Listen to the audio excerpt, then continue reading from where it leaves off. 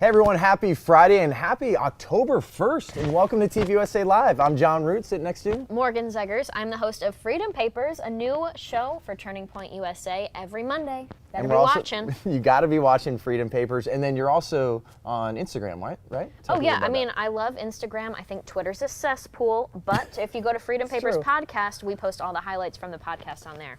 But we're going to give you a breakdown of today's live stream. Also, we're going to get a little personal. We're going to tell you what we're doing this weekend. So stay tuned. We're telling you a little bit, okay? Tiny bit, not all of it. But first off, we got Human Events Daily with Jack Posobiec. Obviously, one of the best outlets for getting the news and the right sources and the truth.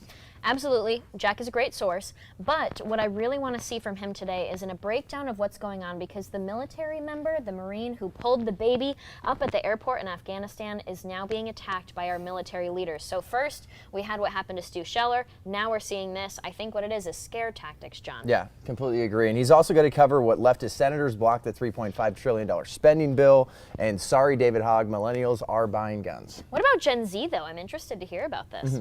A lot of stuff he's going over in Human Events Daily, so make sure you tune into that right after this open with John and Morgan. You're getting a lot of us this week. Hope you guys are having a good time. Next up, we got TPUSA Live on the couch. We got some incredible guests like RSBN correspondent Liz Willis. We also got host of the Sara Gonzales Unfiltered show, Sara Gonzales. She's going to be fantastic. And she has her own makeup line. It's the coolest. I haven't seen the makeup line yet, but I can't wait to talk to her about it. You're going to love the lipsticks, John. You're going to love them. And we also have TPUSA Ambassador Taylor Winston back with us, and host of the Spillover and host of POPlitics, Alex Clark, is back for a second day in a row.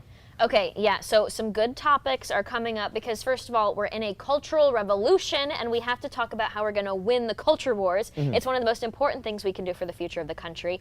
But second, I say this all the time, I'm a big country music fan, and today is the anniversary of a very serious event that maybe you guys want to talk about more today, but wow, it was a big moment for country music and that community and for America, and there's still so much to be found out about it. Yeah, today's the anniversary of the Route 91 tragedy there in Las Vegas. We actually have one of the heroes from Route 91, Taylor Winston. So he's back with us for a second day. He's going to share his compelling and incredibly inspiring story. Absolutely, but that's the thing though, we can't let situations like that hold us back from gathering as a community, and so AmericaFest is going to be a really great opportunity for patriots around the country to come together in Arizona this December. What do you think? Yeah, I think it's going to be great. AmericaFest is going to be a lot of fun. It's the biggest, baddest, as the kids say, probably most lit event we've ever had. Oh, is that what they say? That's what I heard, at least. I guess that's what the young folks say these days. But I'll be there. I think you're going to be there too. Oh, I'll definitely be there. It's going to be a lot of fun. And then right after that, we got the Spillover hosted by Alex Clark. She's got to have a very important conversation with Mitzi Sanchez, who survived a kidnapping when she was just 8 years old. So interesting. I can't wait to watch this one. And then even if you guys haven't seen the last episode, Alex interviewed a woman who could really talk about her expertise on the issue of women wanting to convert into being transgender boys at a very young age. She has a lot of great conversations, so make sure you're tuning in right after TPUSA Live on the couch. And then we have POPlitics wrapping things up for the week. She's going to be covering the shocking docuseries LulaRich. Yeah, I have this thing with fast fashion, not a fan, and I think it's becoming a more conservative trend as well to embrace an investment into higher quality goods, especially that are American made, and so I'm excited to see this. And then she's also going to cover nap dresses, whatever that is. I don't know yet, but I guess you're going to find out when you watch POPlitics. Yeah, I don't understand a lot of the pop culture stuff, so I literally have to watch POPlitics so that I stay up with some of the most basic things. I rely on Alex for a lot of information, okay? Yeah, that's what we love, Alex Clark, pop culture without the propaganda. But now, we're going into the weekend. What are you doing this weekend? Oh, John, so I'm going to be in Arizona. I get to travel a lot. I do a lot of speeches. I go to a lot of college campuses through Turning Point. It's a very fun time. But I'm actually hanging out here this weekend, and I'm going to go on some hikes. So I have these things of on the weekends I go out and look for property, because I think we should all be investing in property. But this weekend I'm going to go for a local hike in Arizona, and I'm pretty excited. Where are you going to go hiking? I'm not saying that, John, because I want to be safe. I'm a young woman. Very good call. See, listen to Morgan Zeggers. Thank you. What are you doing this weekend? Well, I'm not telling you where I'm going hiking, that's for sure. But I'm going to go golfing, classic, doing that with the boys, and then I'm actually training for a marathon. So, is that the thing that I'm in? Apparently, I'm also doing this marathon. Yeah, I dragged Morgan into training for a marathon as well. I thought it was a joke, and then I got put in a marathon group chat. Yeah, we're calling where it's serious. A marathon. That's what we're calling it. Hashtag a marathon. It's going to be a lot of fun. But hey, enjoy the show today. A lot of good news that we're covering. Thanks so much for tuning in to TPUSA Live throughout the week and throughout the last few weeks. It's been a lot of fun. Enjoy today. We'll see you later.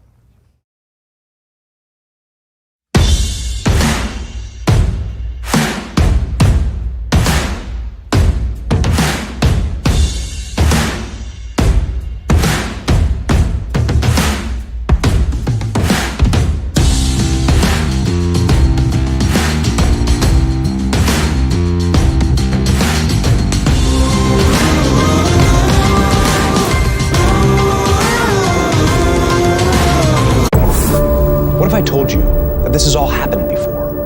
The riots, violence, church burning, attacks on police, destruction of private property. My name is Sammy Steigman. I am a Holocaust survivor. This is the reality of what happens when you have capitalism that goes to socialism.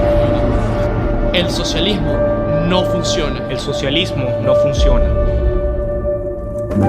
Ladies and gentlemen, welcome aboard today's edition of Human Events Daily. First story today. The Marine that everyone saw saving the baby in Kabul, he later claimed that he appeared at a Trump rally. He's now been placed under investigation by the U.S. military. Second, what's going on with the spending bills? Manchin and Sinema have blocked it. They say it's too much. We'll get into it. Third, David Hogg, gotta say sorry, buddy, because the new data is out and the trend shows that millennials and Zoomers are actually buying guns even more. And finally, a cult October. A viral tweet from myself has gone out and I want to respond to all that. All of this and more ahead. Human Events Daily.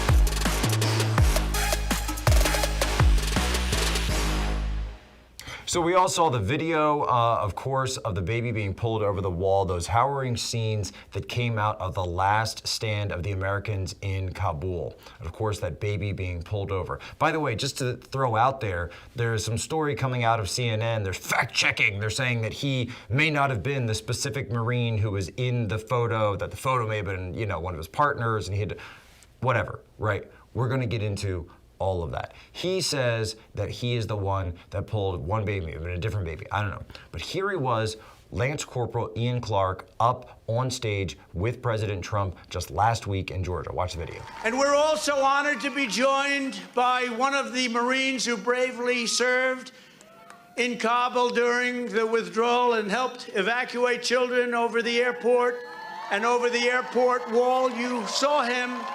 He did a great job, Lance Corporal Hunter Ian Clark. Lance Corporal, come up here. Come up here.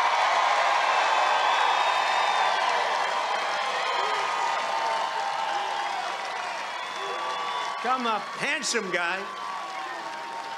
Hunter comes from a military family and went to school right here in Perry, Georgia. Can you believe that? Come on up here, Hunter. Thank you, man. You want to say something?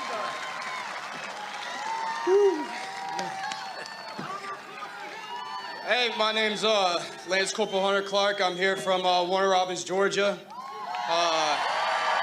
I am the guy that pulled the baby over the wall, and it's definitely probably one of the greatest things I've ever done in my entire life.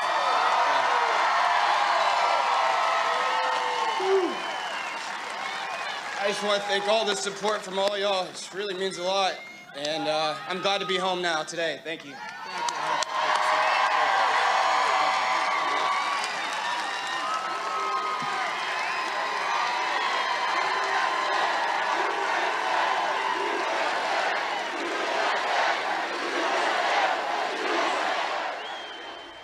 So the latest that's come out is that the Department of Defense has him under investigation to see whether or not any DOD directives or regulations were broken. And a lot of people have pointed this out. They say, well, it looks like a campaign event and an active duty military member isn't supposed to be involved in a campaign event. So that's something they want people put him under investigation for, if you're someone who's on the left. But I've also seen people on the left saying, look, it's simple. This wasn't a campaign rally. Trump is currently not running for office. He is a former president. Remember, this is the Save America rallies. These are not his partisan rallies where he's directly running for president.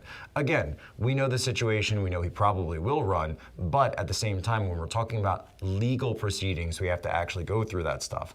Listen to his speech. He made no political statements. He didn't endorse anyone. He wasn't there to be endorsed. He wasn't there supporting someone. And he wasn't disparaging anyone either. He wasn't disparaging Joe Biden, the commander-in-chief. He wasn't disparaging his chain of command. There was none of that. And third, and finally, he was a hometown hero. This is a hometown hero event where he's been brought up to be honored as someone who's actually in his hometown.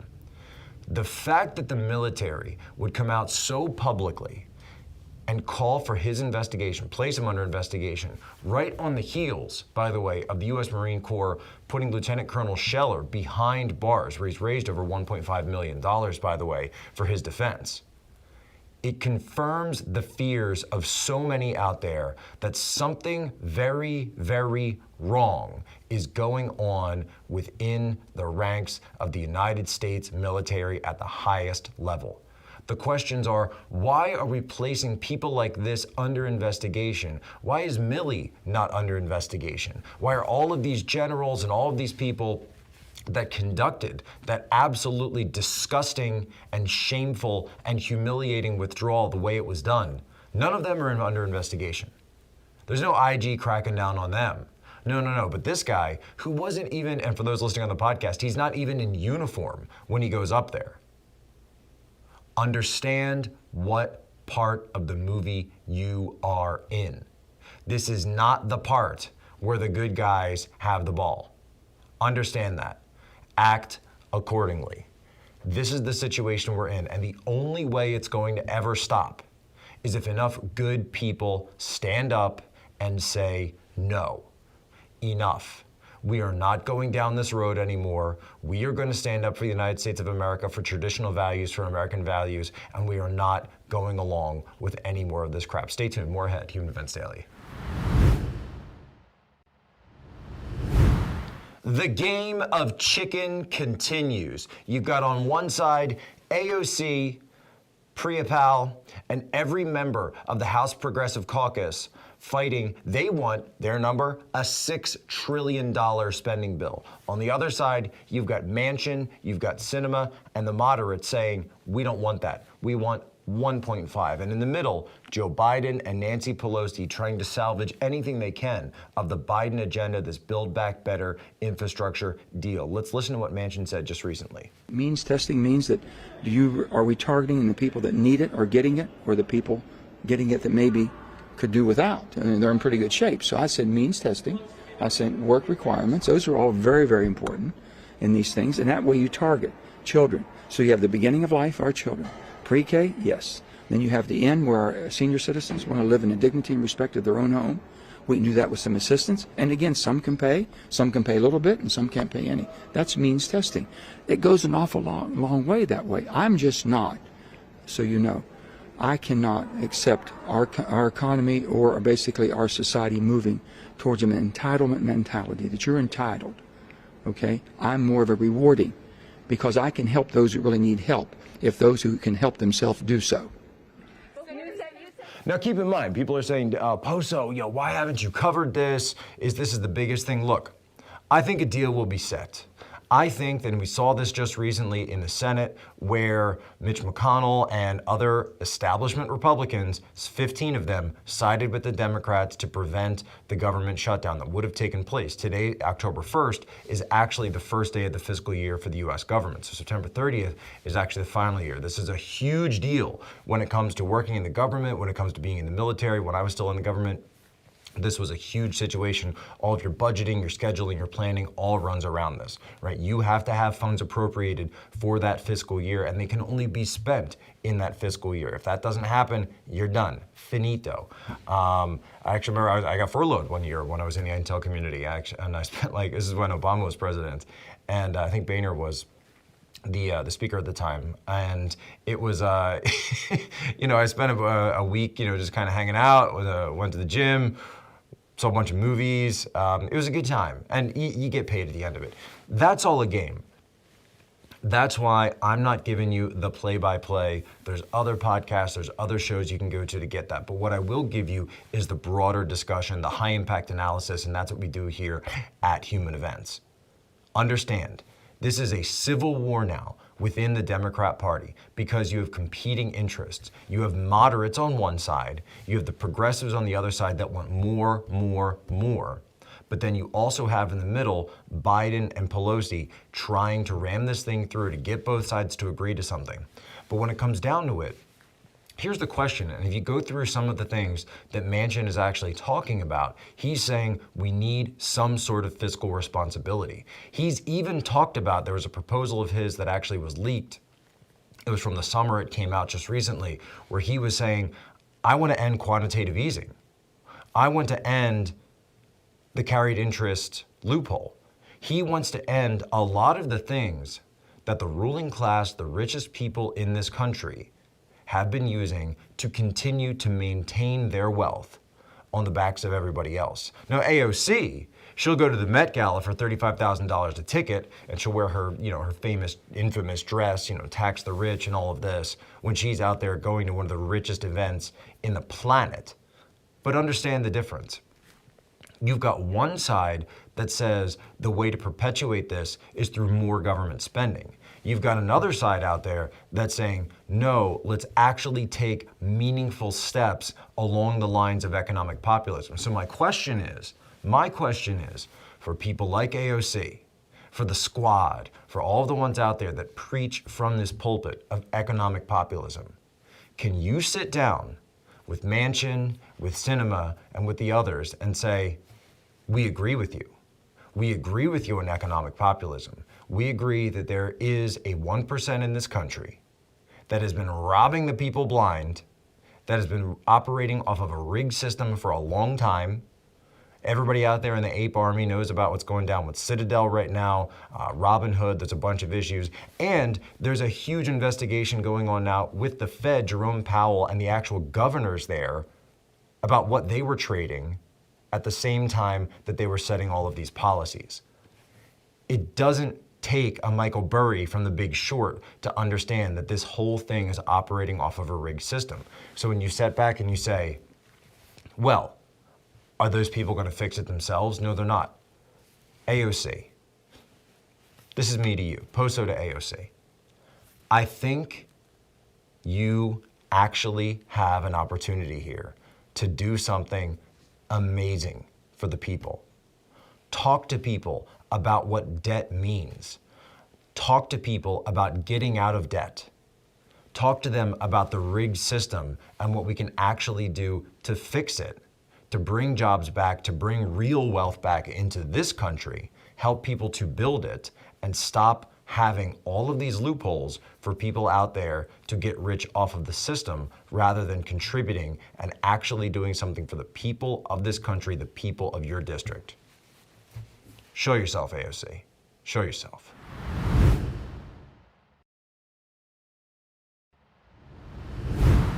The gun grabbers have a little bit of a problem on their hands.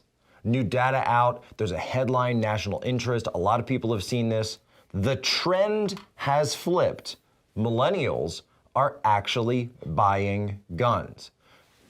Now look back to just a couple of years ago. We had a massive, completely AstroTurf. What does AstroTurf mean? It's funded by big interest. It's funded by Hollywood, funded by Michael Bloomberg. Policy of this platform called March for Our Lives. This was David Hogg. This was the Parkland students. But then an interesting thing happened. The pandemic hit. The anti-police movement started. Crime shot through the roof in every single major city in the United States. The FBI data says it was 30% in homicides alone. And then what happened? People started buying guns. A lot of people started buying guns. And when you look into the national interest story, it shows it's millennials, women, minorities, et cetera, et cetera. So many people are looking at this and saying, you know what? I see what's happening in my country. I see the economic stuff that's going on. I see the medical stuff that's going on, the health lockdowns that we all had to live through. And they say, you know what? I want something that will help defend me, defend my family, defend what I have, and I'm going to go out and exercise my Second Amendment right. So listen to David Hogg try to explain what this situation means, and it's essentially the complete opposite of what he was trying to attempt. Take a listen. Not only gun violence that's going up, it's also gun purchasing. So in just the past year, in 2020, there were nearly 23 million gun sales across the United States. That's up 65% over the year before. And then in January, after the insurrection at the Capitol, there were 2 million gun sales, and that's up 75% compared to the January before that. So what's that about to you? I think it's about fear.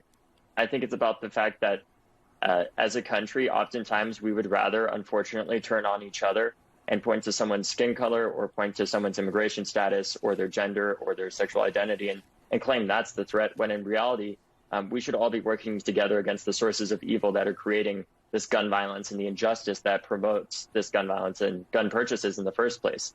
Because the reality is, what's going to help solve this situation is not somebody buying, another AR-15 or another gun.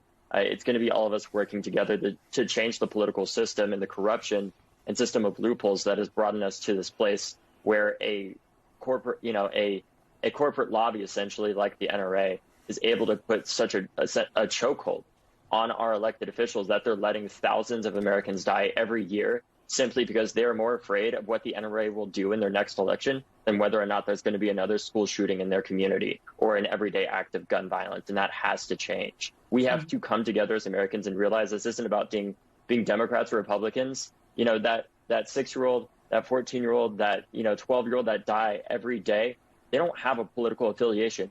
They're a kid that wants to grow up, and they deserve to grow up in peace and security, no matter their zip code, no matter the color of their skin or where they come from or who they are. And we have a responsibility as older people to act to protect them so that in the future, they're able to be college students and they don't have to come on CNN and talk about, the fact that we're a country that uniquely has to deal with this situation, because we don't have to. It absolutely does not have to be this way. So here's the dirty little secret. The bottom line up front on this is simple. When it comes down to the rubber meeting the road and people knowing that police response time is what it is, 5 minutes, 6 minutes, 7 minutes, they respond in minutes when seconds count. That's not a slight on police. It just is what it is. We live in a real world. And in the real world, that stuff happens in the blink of an eye, in the absolute blink of an eye. And everybody knows it. Here's the thing, everybody knows it.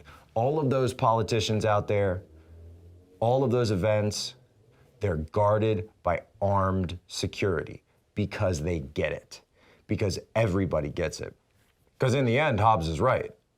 Life is nasty, brutish, and short. But you know what? I don't choose to live my life like that, and neither should you. There's an old quote out there that I want to share with you. It says, "Don't be upset that a rose bush has thorns. Rejoice for the fact that a thorn bush has roses." Stay tuned. Human Events Daily continues. So today is October 1st, and October 1st is, of course, the start of fall, but it's also the start for a lot of people of Halloween. Remember, Halloween, All Hallows Eve. Samhain was the original Irish festival regarding this. And it has always been a festival regarding sort of that crossover between worlds, right? That idea that there is the natural world, the realm of Earth, this world, the physical plane, and the spiritual plane. There was this idea that through the crossing of the harvest moon, that there was a crossover between the worlds and that this barrier would always be weaker. But I had a couple of tweets essentially talking about this prior to today. They went super viral. I didn't actually intend for them to go this viral, but a lot of people are asking me what I meant. And I wrote this: never mess with black magic. Even tarot cards, fortune telling, etc. You don't know what you're getting into or who you're talking to. I also had another one. I said, do not mess with Ouija boards. Ouija boards are demonic. Now, I had so many people comment to me on this, and they said, Jack, this come on, this is stuff, it's Parker Brothers, it's just some fun, it's just Harry Potter, it's just this, it's just that. It's as simple as this, folks. Look, Go out and look at the polling on this. 50% of Americans believe in demons, ghosts, and the rest of it. If you are someone who's a Christian, then you believe in heaven. But that also necessitates a belief in hell. Christ performed exorcism, so did the apostles, right? Understand that when you are messing around with that stuff, it's all about power, it's all about control, it's all about gaining advantage over others. Sure, you might be getting some energy out of it, but the energy has to be taken from somewhere. There's always a cost, there's always a catch. And what the church teaches on this is quite simple, that when you mess around with that, you are opening up an entry point for evil in your life. Because when you're asking for something, you don't know what you're trading away, you don't know who you're talking to, there's a reason they talk about familiar spirits, etc., etc. So here I thought that I wanted to just put up a couple of tweets, because why? I care so much about all of you out there. So be careful this Halloween, be careful this October. Do not go around messing with that stuff. Do not mess with dark spirits. I cannot wait for Media Matters to take a look at this segment specifically. But folks, let me just say, I'm a Christian. I believe in the Bible. And I'm not ashamed of standing up for my faith, of standing up for my beliefs. And neither should you be. Once again, that is all the time we have here on AG Daily. But before we go, I want to remind all of you to share this out with your normie friends. Get it out there. Be the influence agent. Give people the bottom line up front and show them the importance of the bottom line up front, the bluff, B-L-U-F, the bluff. And now, as always, it's time for our moment in history. We actually have a special clip that I wanted to play because today, October 1st, in 1949, 72 years ago, was the takeover of China by the Chinese Communist Party, the CCP. Go watch the clip.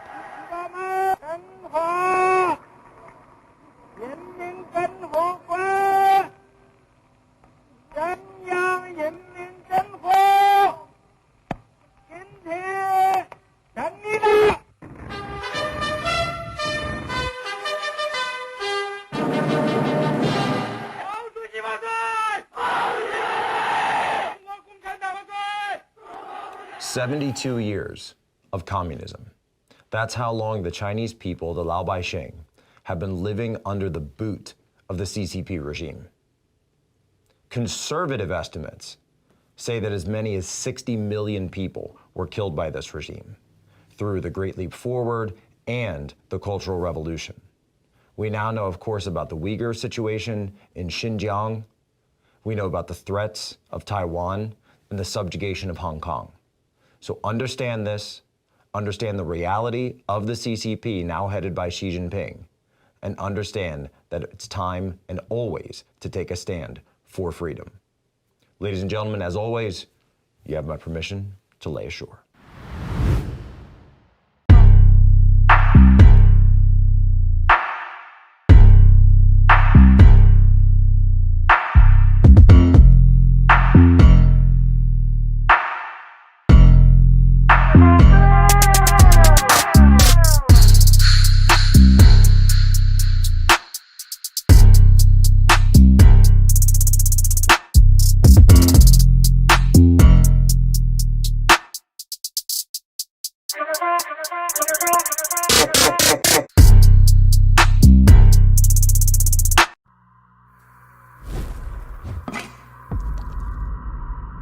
This is your brain.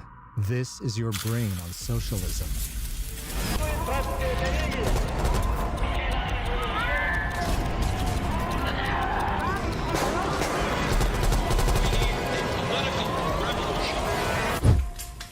Any questions?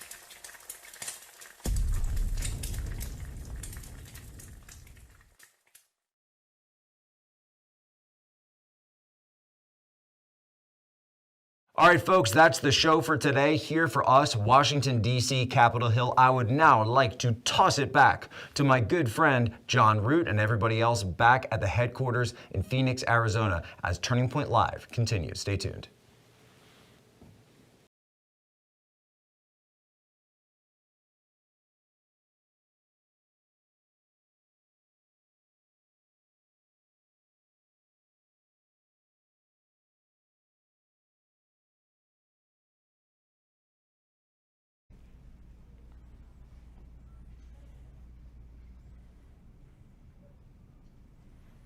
Happy Friday, everyone. Welcome to TPUSA HQ in Phoenix, Arizona. I'm your host, Jon Root, and this is TPUSA Live. All right, let's check out the rundown.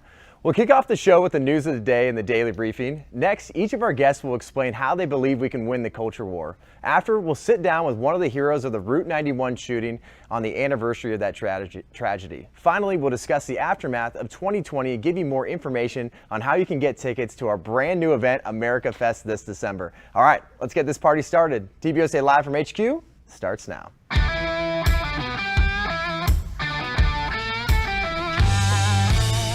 Authentic, unfiltered, grassroots content and conversation every weekday. Live from Phoenix, Arizona at the Turning Point USA headquarters, this is TPUSA Live.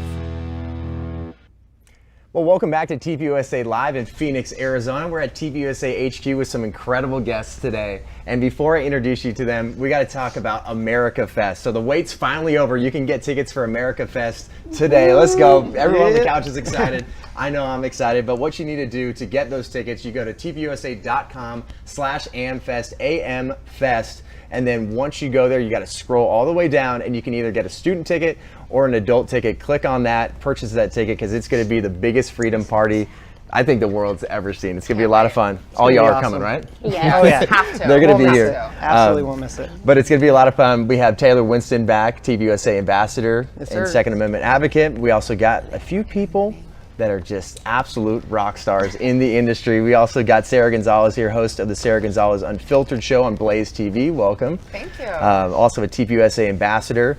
We got right over here, Liz Willis. Welcome from RSBN correspondent. Thank you for joining us. Thank you. So glad to be here. All right, let's get into the news of the day. First off, you probably heard us talking about the soldier, the Marine that pulled the baby over the wall in Afghanistan. Obviously, there was a lot of tough footage and photos we saw, but this is one of the things that warmed our hearts. So this is what he had to say at the Save America rally in Georgia with former President Donald Trump. Hey, my name's Lance Corporal Hunter Clark. I'm here from Warner Robins, Georgia.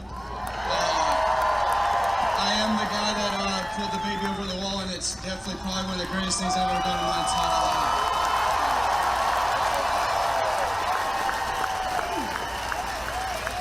I just want to thank all the support from all y'all. This really means a lot, and I'm glad to be home now today. Thank you. So this is where it gets a little crazy, though. We heard that at the Save America rally, and clearly emotional there. And it's one of those moments that really brought a lot of people together. A Georgia boy going in front of a Georgia audience there at President Donald Trump's rally. And the DOD is now investigating this Marine, saying not only was he not the one that pulled the baby over the wall, but that he might have gone against some of the policies that they have for the Marine Corps. So ex-military member here, what's your thoughts on this? And, you know, as a veteran, he's a hero in his own right. He did something that he thought was right at the time, and it absolutely was. He saved an infant in that country, and he should be, you know, praised. It was amazing. And it's kind of just disgusting to watch them attack him, only because he's associated with, you know, President Donald Trump. If he would have went to President Biden event of some kind, there would be probably no investigation, and it's kind of just, you know, guilty by association, and it's just unfair in this cause.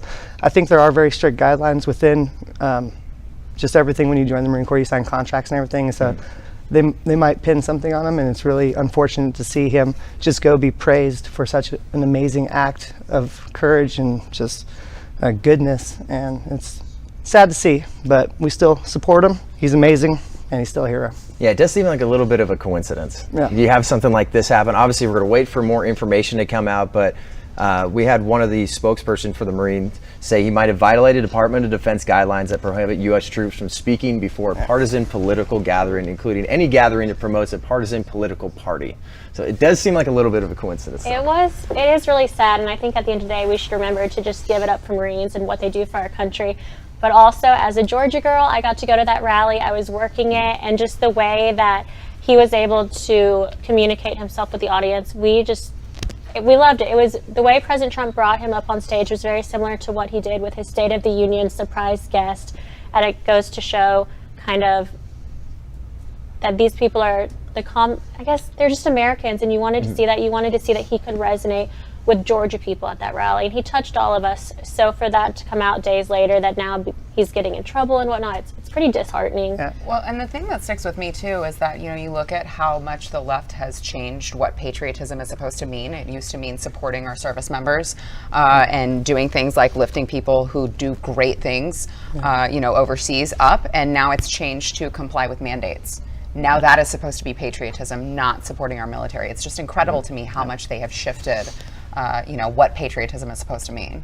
And quickly, with 1 minute left, so the Austin Police Department came out today and they said that they're urging the public to call 311 for non-emergencies instead of 911. So this, I feel like, goes along with the lines of, hey, we're going to start sending social workers out there. We heard rumors of that, and then now they're saying basically non-emergencies are basically just theft, suspicious person or vehicle. A lot of these things lead to crime, and obviously we only got so much time left, but in general, this is it's absurd. It encourages more crime. It gives criminals the opportunity to do more harm and theft and damages, and you can't do much about it. You're encouraged to call 311 to come to someone after the fact. It's absolutely ridiculous. But coming up next, we're going to sit down with all of our guests talking about how we can win the culture war and what they're doing individually to fight back. See you soon. Critical race theory is the most racist thing that is being spread in popular life in America.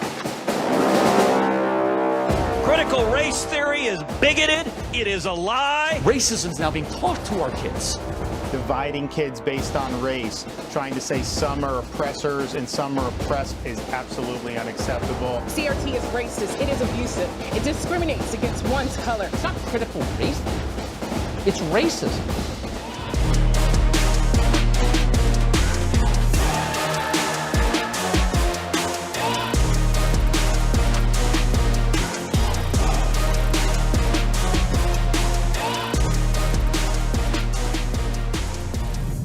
Conservatives! POPlitics is now on TPUSA Live. It'll be here every day in case you want to hear me out along with the rest of the Turning Point USA team. Don't miss out on all the conservative.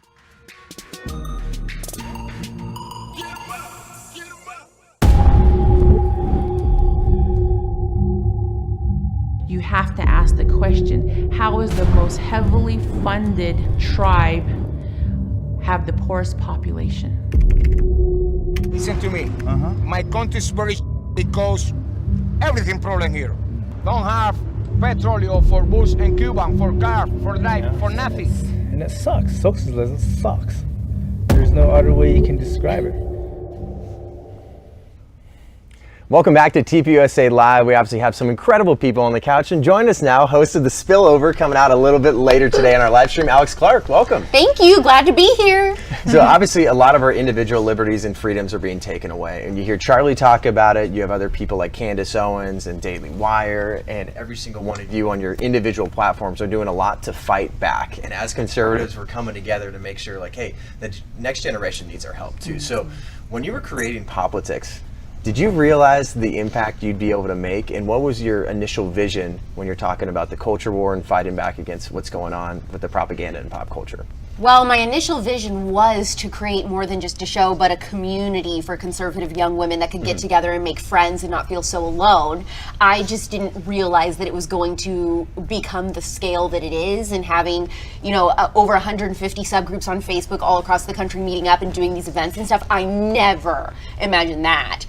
So that was so exciting for me to see all of that grow and everything. And I just realized that young women in the conservative movement are left out a lot of times, and we're also really stereotyped by the right and the left of what a conservative woman is supposed to be, or like, or dress like, or any of these different things. And so I really wanted cute-servatives to become a place where they could feel like they could be their girly selves but still love America. And do you feel like it's evolved ever since you started POPlitics, the kind of stuff that you're hearing from cute-servatives? Are they being a little bit more open, stuff they're like, hey Alex, you've talked about this, but I want a little bit more of that? What are they saying? Every day messages. I just ran for school board. I spoke up about, masks mandates at my school board meeting, all of those different things every single day. They're getting bolder and bolder. I always say it's Brave season, so they're enjoying Brave season.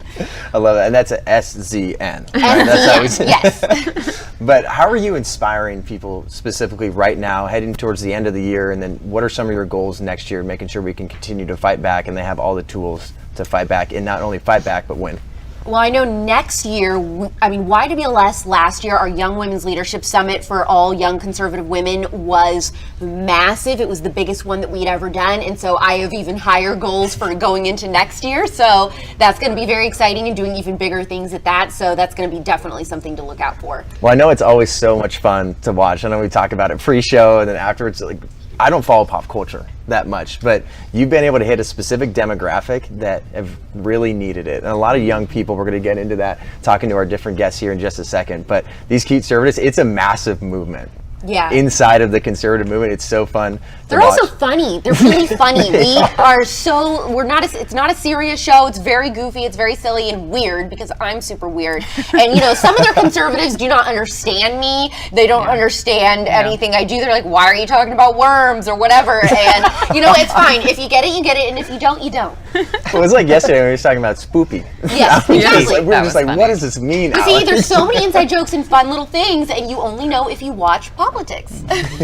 Which is also coming up after the spillover, so we're just pumping your tires here. No, the spillover, you're not even ready today because on the spillover today, you have a woman who at 8 years old was kidnapped by a child serial killer for 3 days and then planned her own escape. Wow. So that is on the spillover today. Wow. That's right after this, but you got us for another about 40 minutes or so. You gotta wait. But Taylor, you're a huge Second Amendment advocate and enthusiast. So Yes, the left obviously is constantly going after gun owners, and that's another aspect of individual rights that are under attack. So how do you make sure people are fighting back and winning the culture war when it comes to the Second Amendment and guns? Well, the Second Amendment is by far the most important amendment, as a lot of us know and believe. A lot of people on the left may not feel the same. They've personally never been put in a position where they've needed it, or it's completely misunderstood and it seems outdated. But I've been kind of coming from the approach where I'm doing and showing, and like I do a lot of dancing videos and stuff, and I'll do like subliminal messaging and like kind of wear a pistol on my hip to show it's a tool, and as long as you're safe and understand how to use it, then it's not going to fire off and kill anyone. So I like to just educate, and then also just demonstrate through large scale just stories like mine, which we'll get into a little bit, and how the Second Amendment is for a much bigger picture, and all these little things that go on below, the sub-level things, they're really irrelevant to the big picture of what the Second Amendment was created for.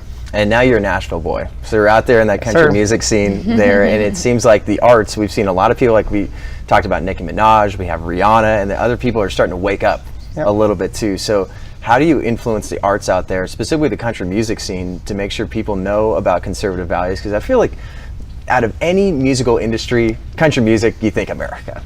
But there still is this aspect of the left's trying to infiltrate that, and they're trying to teach this young generation, having their own subliminal messages. So how are you making sure that you're influencing that culture in that industry? Just showing support. If they are expressing themselves through art, regardless of what side of politics you're on, it doesn't matter. There's good messaging, and in country music there's so many positive traditional conservative values that are built into it that should just be innate in all of us. Just do good, be a good human. Like all these songs sing about these things, and that's why I love it, and I love being out there. And when I'm dancing with a pistol to some fun song that has great values in it, I don't know, I think it's like just a triple slam dunk. Yeah, we gotta be able to dance and laugh a little bit. Yeah, we gotta too. have fun with everybody. But we don't want to. We're gonna dance later. Oh my God. Maybe at Trying to get me to AmericaFest. dance, and let me tell you something. I cannot dance. I have no musical rhythm. I was the only kid in my 4th grade class who couldn't play the recorder. Oh no. I'm really bad. Breaking news here, TPUSA. Oh no. Wait, tune in for AmericaFest. She's learn how to dance. Yeah. You got some time then. But I feel like we need to be able to laugh and dance, but not laugh and dance like we saw on the Colbert show the other night. That's just cringeworthy. That was weird. But nobody laughed at that. No, So we laughed at them, not yes, with right. them at all. But Liz, at RSBN, you're making sure that you guys are fighting back with the culture war too, and making sure you're giving the tools and the truth That's what people need right now. It might be a tough thing to hear, but people need to hear the truth, and that can only help out the next generation. Yeah, we're trying to, at least. I think one of our biggest, I guess, culture war battles right now is going against big tech and censorship. We fight that every single day. We're fighting it today. My phone's blowing up right now, actually. We're trying to think of different platforms to utilize so that we can continue to even exist, to continue to have a platform broadcasting specifically, which is what we do at RSBN, but mostly President Trump's rallies. And let's just say big tech doesn't love that. So it's very difficult to kind of get around that. But we're fighting it every single day. There's a path. You just have to be strong, similar to what Turning Point USA is doing with your own show like this. You have to work hard and just keep fighting. I mean, getting the truth out is the most difficult thing. I never thought, even 4 years ago, that I would have to deal with censorship right now. It's truly mind-blowing. I mean, here in the United States of America, the fact that probably every single one of us on this couch has gotten some sort of strike or banned on Twitter or something like that. It should scare everybody. Well, and it's not just us. It's like doctors can't even make a credible claim from a scientific study that they have. Well, right? they're kind of molding us to create content that fits their narrative by striking you with certain things, restricted reach or strikes against policies or removal from the platform. And so it's just a way to force us to curate what they want. And so we need to keep fighting back. They become the arbiters of truth, too. We talk about that all the time. That's why we want to change the narrative with TPUSA Live and working with RSBN, The Blaze, Daily Wire. There's a lot of great places out there, and we're working together because I think we're only stronger together. Yeah, we do have a nice mix right here. That's how things have to work. You have to work together and not against each other. Exactly. We won't get anywhere. And to that point, like, one of the biggest things I see the difference of the conservative world versus liberals is they do not work together like we do. I've never seen any kind of AmericaFest or any big gathering of influencers of any kind on their side, and so that's very true. I don't know about you guys, but big tech is my #1 issue as a voter right now. It's my #1 issue. I think and abortion, but those two things are like my #1 things. I mean, it's getting really scary because think about all of the things that we have seen only from social media because the mainstream media is not bringing it to us, right? The things that are really important that we miss from mainstream media, and they're trying to just completely take that away. Right. It's incredible. What do you think the solution is then? With RSBN, you guys are fighting back. Obviously, there's different platforms. We have Getter, we have Rumble, and places like that. Should we be pushing people to these different platforms, or we should try to enact change in the existing platforms that have hundreds of millions of people? Yeah, so it's a great question, and I mean, there's a million different answers, but first comes to mind right now is Getter and Rumble. They've just been two incredible platforms to work with. We have not had any issues. I mean, Telegram is a similar one, but you can't go live on Telegram. But Rumble has been really phenomenal to work with. Some of the creators have the ability to go live, and Getter is working to get to that point. They've invested just millions of dollars, time and resources to be able to combat some of these other, I won't even use their names, other social media platforms. So I would just encourage everyone who has, if your normal platform is like Instagram, Twitter, and YouTube and Facebook, go ahead, you can keep those, but go ahead and start joining some of the other ones, some of the newer ones that allow for a little bit more conversation to happen. And then Sarah, too, you obviously do great work at The Blaze, making sure people know the truth, you're giving people the tools, and then you're sharing the information that people are just dying for. But you really are focused on the next generation, too. So how are you making sure that they have the tools and the truth to make sure they can fight back themselves, and when they're like us, our age, that they're making an impact? Well, I think that it kind of goes in line with what Liz was saying, which is I think as conservatives we have to be able to get together and provide alternatives to all of these left-leaning indoctrination camps, whether you're talking about college campuses, whether you're talking about just public schools, elementary schools, whatever it is, the left has fully gotten their grip in all of these different industries, and we have to offer alternatives. I don't think it's enough to wait for them to come around to us. I think we have to offer alternatives. So Blaze is doing that. I put my money where my mouth is. I started a cosmetics company for women who love America, who want to spend. Yes, we're talking after this. Yeah, but because I'm just so sick of giving my money to companies that I know really actually hate me. Right? So I just think that it's so important that we, I think as conservatives, we're busy, we work, we have families to raise, and we get so focused on that. We're like, I don't have time to do that. And I think you just have to find the time, and we have to do that for our children and for the next generation. Yeah, and these are foundational issues that we're talking about too, because there's times where it's like, for me, I'm not planning on buying any more Nike products. Yeah. Like, I've played sports my entire life. I'm not going to do it. If you're going to align with communist China like that, just you're not getting my money. Right. But there's also this next generation that they need good leaders, they need good role models, they need to make sure they have good people they're watching the news from that are really giving them the truth, because right now we are so focused on like, I don't know if I'm getting the correct information. I feel like I see something in a tweet and it looks pretty good. So how are you instilling that into the next generation to make sure like, hey, we want you to be a free thinker, Yeah. but at the same time you need to have the right foundation? Yeah, I mean, critical thinking is just completely lost in public education. They don't teach you how to think, they just teach you what to think. And I think that it's just so important as parents, whenever that time comes. I think, am I the only parent in the right here on the couch? Yeah. I think I am. No. So you're like, no, I know. Mom, So- teach us your ways. Yeah, so, but once you get to that point, you have to be involved. You can't just send your child, even if they're going to a private school, you can't just send them off and expect that they're just going to learn whatever they need to learn and not follow up with them. You have to be involved in the conversation. You have to be driving that conversation. And I think that is going to be key because, again, as conservatives, we work very hard for our families and there's not a lot of time, I think we feel like. And you have to make the time to have those conversations with your children. They are not being taught how to critically think in all of these places. And then you speak to a lot of young people all the time too, going back to the cute conservatives. Yeah. Well, what's interesting, what Sarah said is even if your kids are going to private school, the private schools are not any safer at this point than the public schools. They are all getting this woke indoctrination happening. The parents keeping, the gender transitions and stuff like that away from parents for up to a year, like I was talking about yesterday. So that's something very important to know. Just, turning a blind eye, well, my kid is at a private school, I don't have to worry. That is not true. That is not true. What do you think people should be finding hope and value in then? And what are you telling people when they're asking you that, whether it's in DMs or people that you see at these events? Well, I think family, really bringing that back and rallying around a community. And, I'm very big in this idea, too, of an intergenerational family thing. I feel like people are starting to get back to that and bring that back. I've had multiple friends of mine, I'm talking about girls in their young 20s who are starting to have families, just got married, who are now in building a bigger house, letting grandparents, in-laws move in, and then all raising the family together. That is something that's going on now. Or you're buying property enough to build your house, your in-laws' house, etc., and having the whole family there together to raise kids, I think is very, very important and something that we might want to consider.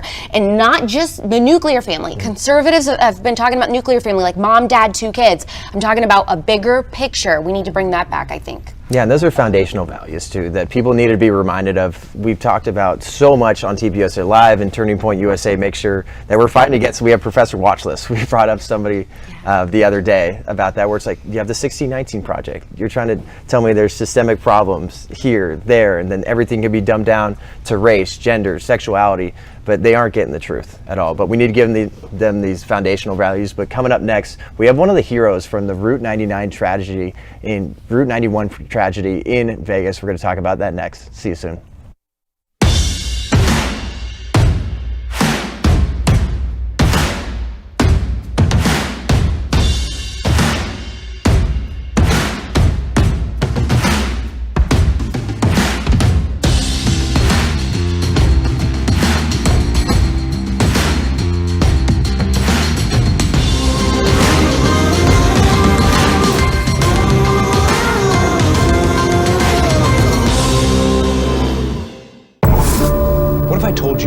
This has all happened before.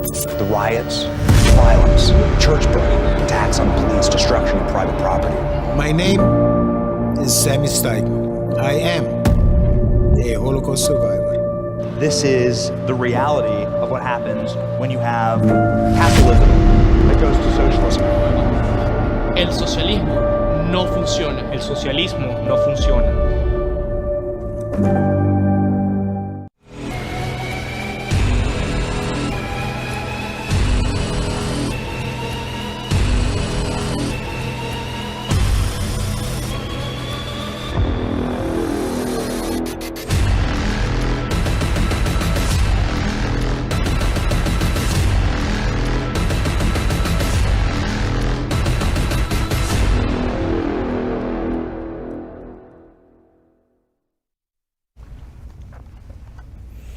Welcome back to TPUSA Live. So we are now on the 4th anniversary of the tragedy that happened in Vegas, Route 91 Harvest Festival. There's a country concert out there, and that happened October 1st, 2017. A gunman opened fire upon the crowd at that festival at the Las Vegas Strip from the 32nd floor of his hotel in the Mandalay Bay, and that killed more than 58 people and wounded hundreds more. And we actually have a photo from that concert, what it looked like there at the Vegas Strip. There's tons of people. A lot of people. Yeah, and I will definitely never, ever forget that day. But with us today, we have Taylor Winston, one of the heroes. So obviously when that gunman opened fire, you didn't give it a second thought. You were helping people out, and you saved about 10 to 15 people, and then you were hoisting people over the fence. Can you tell us a little bit more about your experience? Yeah, so that picture is super eerie, seeing how many people were there that day. But I had just gotten there, wasn't even supposed to be there originally. I was working with artists at a different venue at Stoney's nearby, and one of my friends had given me media passes to go in, and I knew many of my friends were there, and so I accepted the passes and then went. And Jason Aldean was just about to come on, and once I got there, I went and got a drink, and I heard a pop, and like everyone else, they, thought it was fireworks, and it was very distinct to me, but I figured it was just something off in the distance, nothing to worry about. Went back to my group, heard another couple pops, and then I knew for sure it was gunfire, but I couldn't tell if it was targeting the festival or just somewhere outside, like some kind of thing going off in the distance, which it was coming from the Mandalay Bay, which is 1,100 yards from the festival. So I proceeded to just keep looking around, and then Jason Aldean sang his first song, and there was multiple shots going off, and everyone kind of started figuring it out, but it wasn't until he got into the second song that full automatic fire was going off. Turned into pure chaos. People were screaming, running in every direction. I immediately started running for my life. You don't know what to do in that situation. You look at that picture, and that's like shooting fish in a barrel. There's nowhere to go. There's fences all around you. If you've ever seen fences around a concert, they have the little spikes at the top. So as I was running, I was telling people, keep your heads down, run, get away from the gunfire. From the echo of the buildings, or for whatever reason, it sounded like gunshots were coming from multiple directions. So people were just scattering and screaming, and blood everywhere. And as I was running, people were falling down next to me, getting hit, and I was just like, this is it. You hear gunshot, closer, closer, closer. Person falls next to you, and you just think, this is it. I'm gonna die. And just kept running. The girl I was with, Jen, kept dragging her. She actually had a fractured back, and we got to the fence line, and people in the back were saying, calm down, nothing's happening, but they had no idea. And within seconds, the short amount of time seemed like the lifetime, but we got to the back fence, and people were trying to get over, and they couldn't because their dresses and everything were getting caught on the fence line, and they were getting shot while they were trying to climb over the fence and run away. I got Jen over the fence, and then got myself over and looked back. One of my friends was like, I got to go back in. My friend Jason went in for a group of about 6 of our other friends, and I thought it was the last time I was going to see him. And said, all right, well, we're going to try to figure something out. And so we just kept running. We didn't know if there were people on the ground or what was going on. You have no idea in that situation. And so I just started sprinting towards the employee parking lot, because I knew that a lot of people were getting shot and killed, and I also knew that ambulances cannot come into an active shooting zone, and these people had limited time before they would bleed out. And I've also been to a lot of festivals, so I knew that many of the trucks are shared with the employees, and I just started, the first one I searched had keys in the center console. And so Jen and I hopped in, and we drove straight back into the gunfire. We just started finding people everywhere that were just bleeding out, screaming for help. And with the help of some of our other friends, we were able to load the truck up with 10 to 15 people. And I just started driving and had Jen next to me looking up the closest hospital. We drove as fast as we could, as safe as we could, to the closest hospital. No one in the area had any idea what was going on, so there's just this truck with people bleeding out in it, trying to get through red lights and get around traffic. And when we got to the hospital, none of the nurses had any clue what was going on, and we just started dumping bodies into the hospital. And a lot of people were limp, and we didn't know who was going to make it and who wasn't. And I looked Jen in the eye, I was like, we have to go back. There's more people. And without even flinching, she said, I'm going with you. I was trying to grab another military guy because other vehicles were starting to do similar things.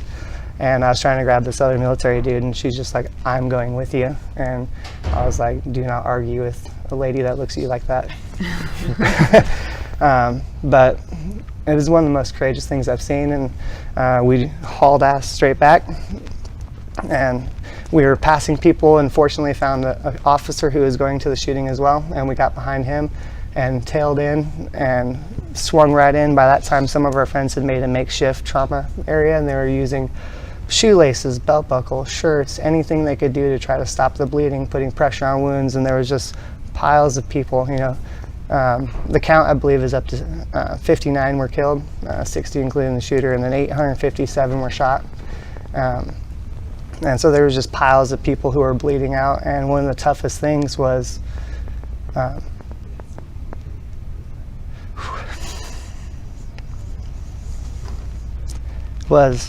having to leave people behind. You couldn't fit everybody. So just tried to take the most critically injured. And I don't know, a lot of people always ask why I wear like the conservative shirt, and it's one of my favorite shirts because in situations like that, you don't care about politics. You don't care about anything else except for trying to save someone's life. And I'm unapologetically not afraid to say that, you know, don't tell me I'm not a good person when you're just trying to help people. So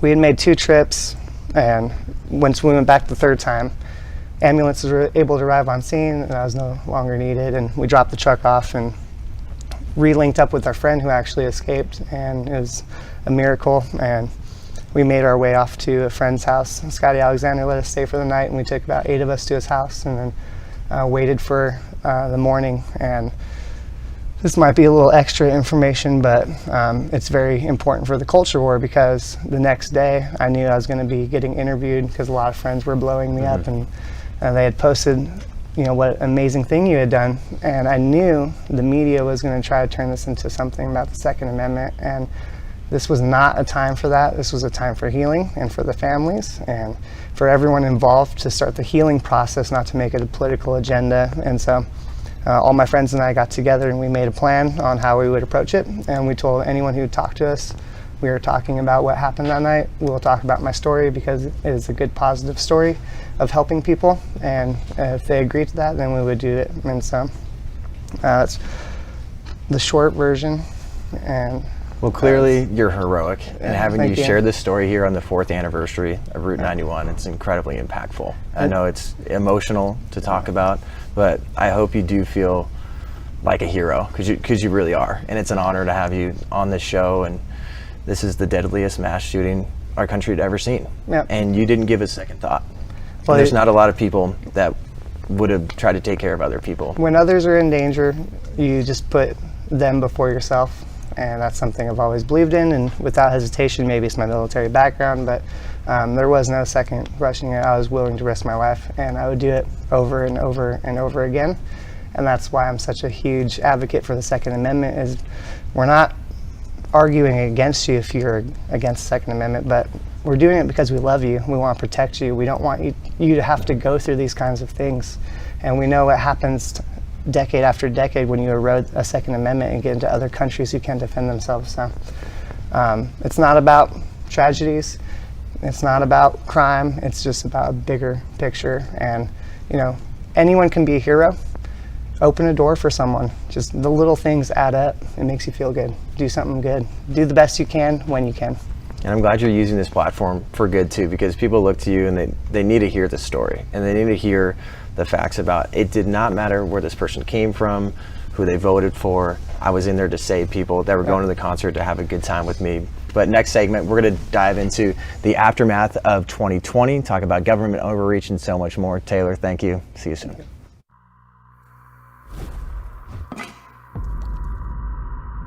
This is your brain. This is your brain on socialism.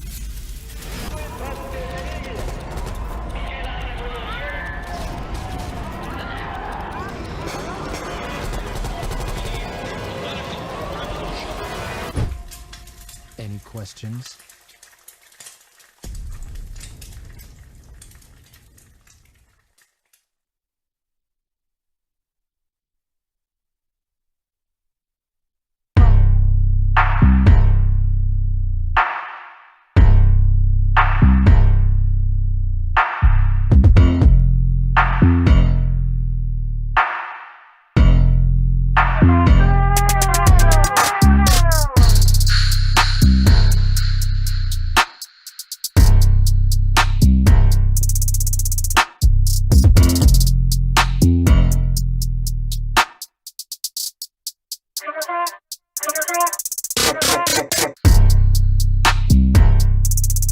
Conservatives! POPlitics is now on TPUSA Live. It'll be here every day in case you want to hear me out along with the rest of the Turning Point USA team.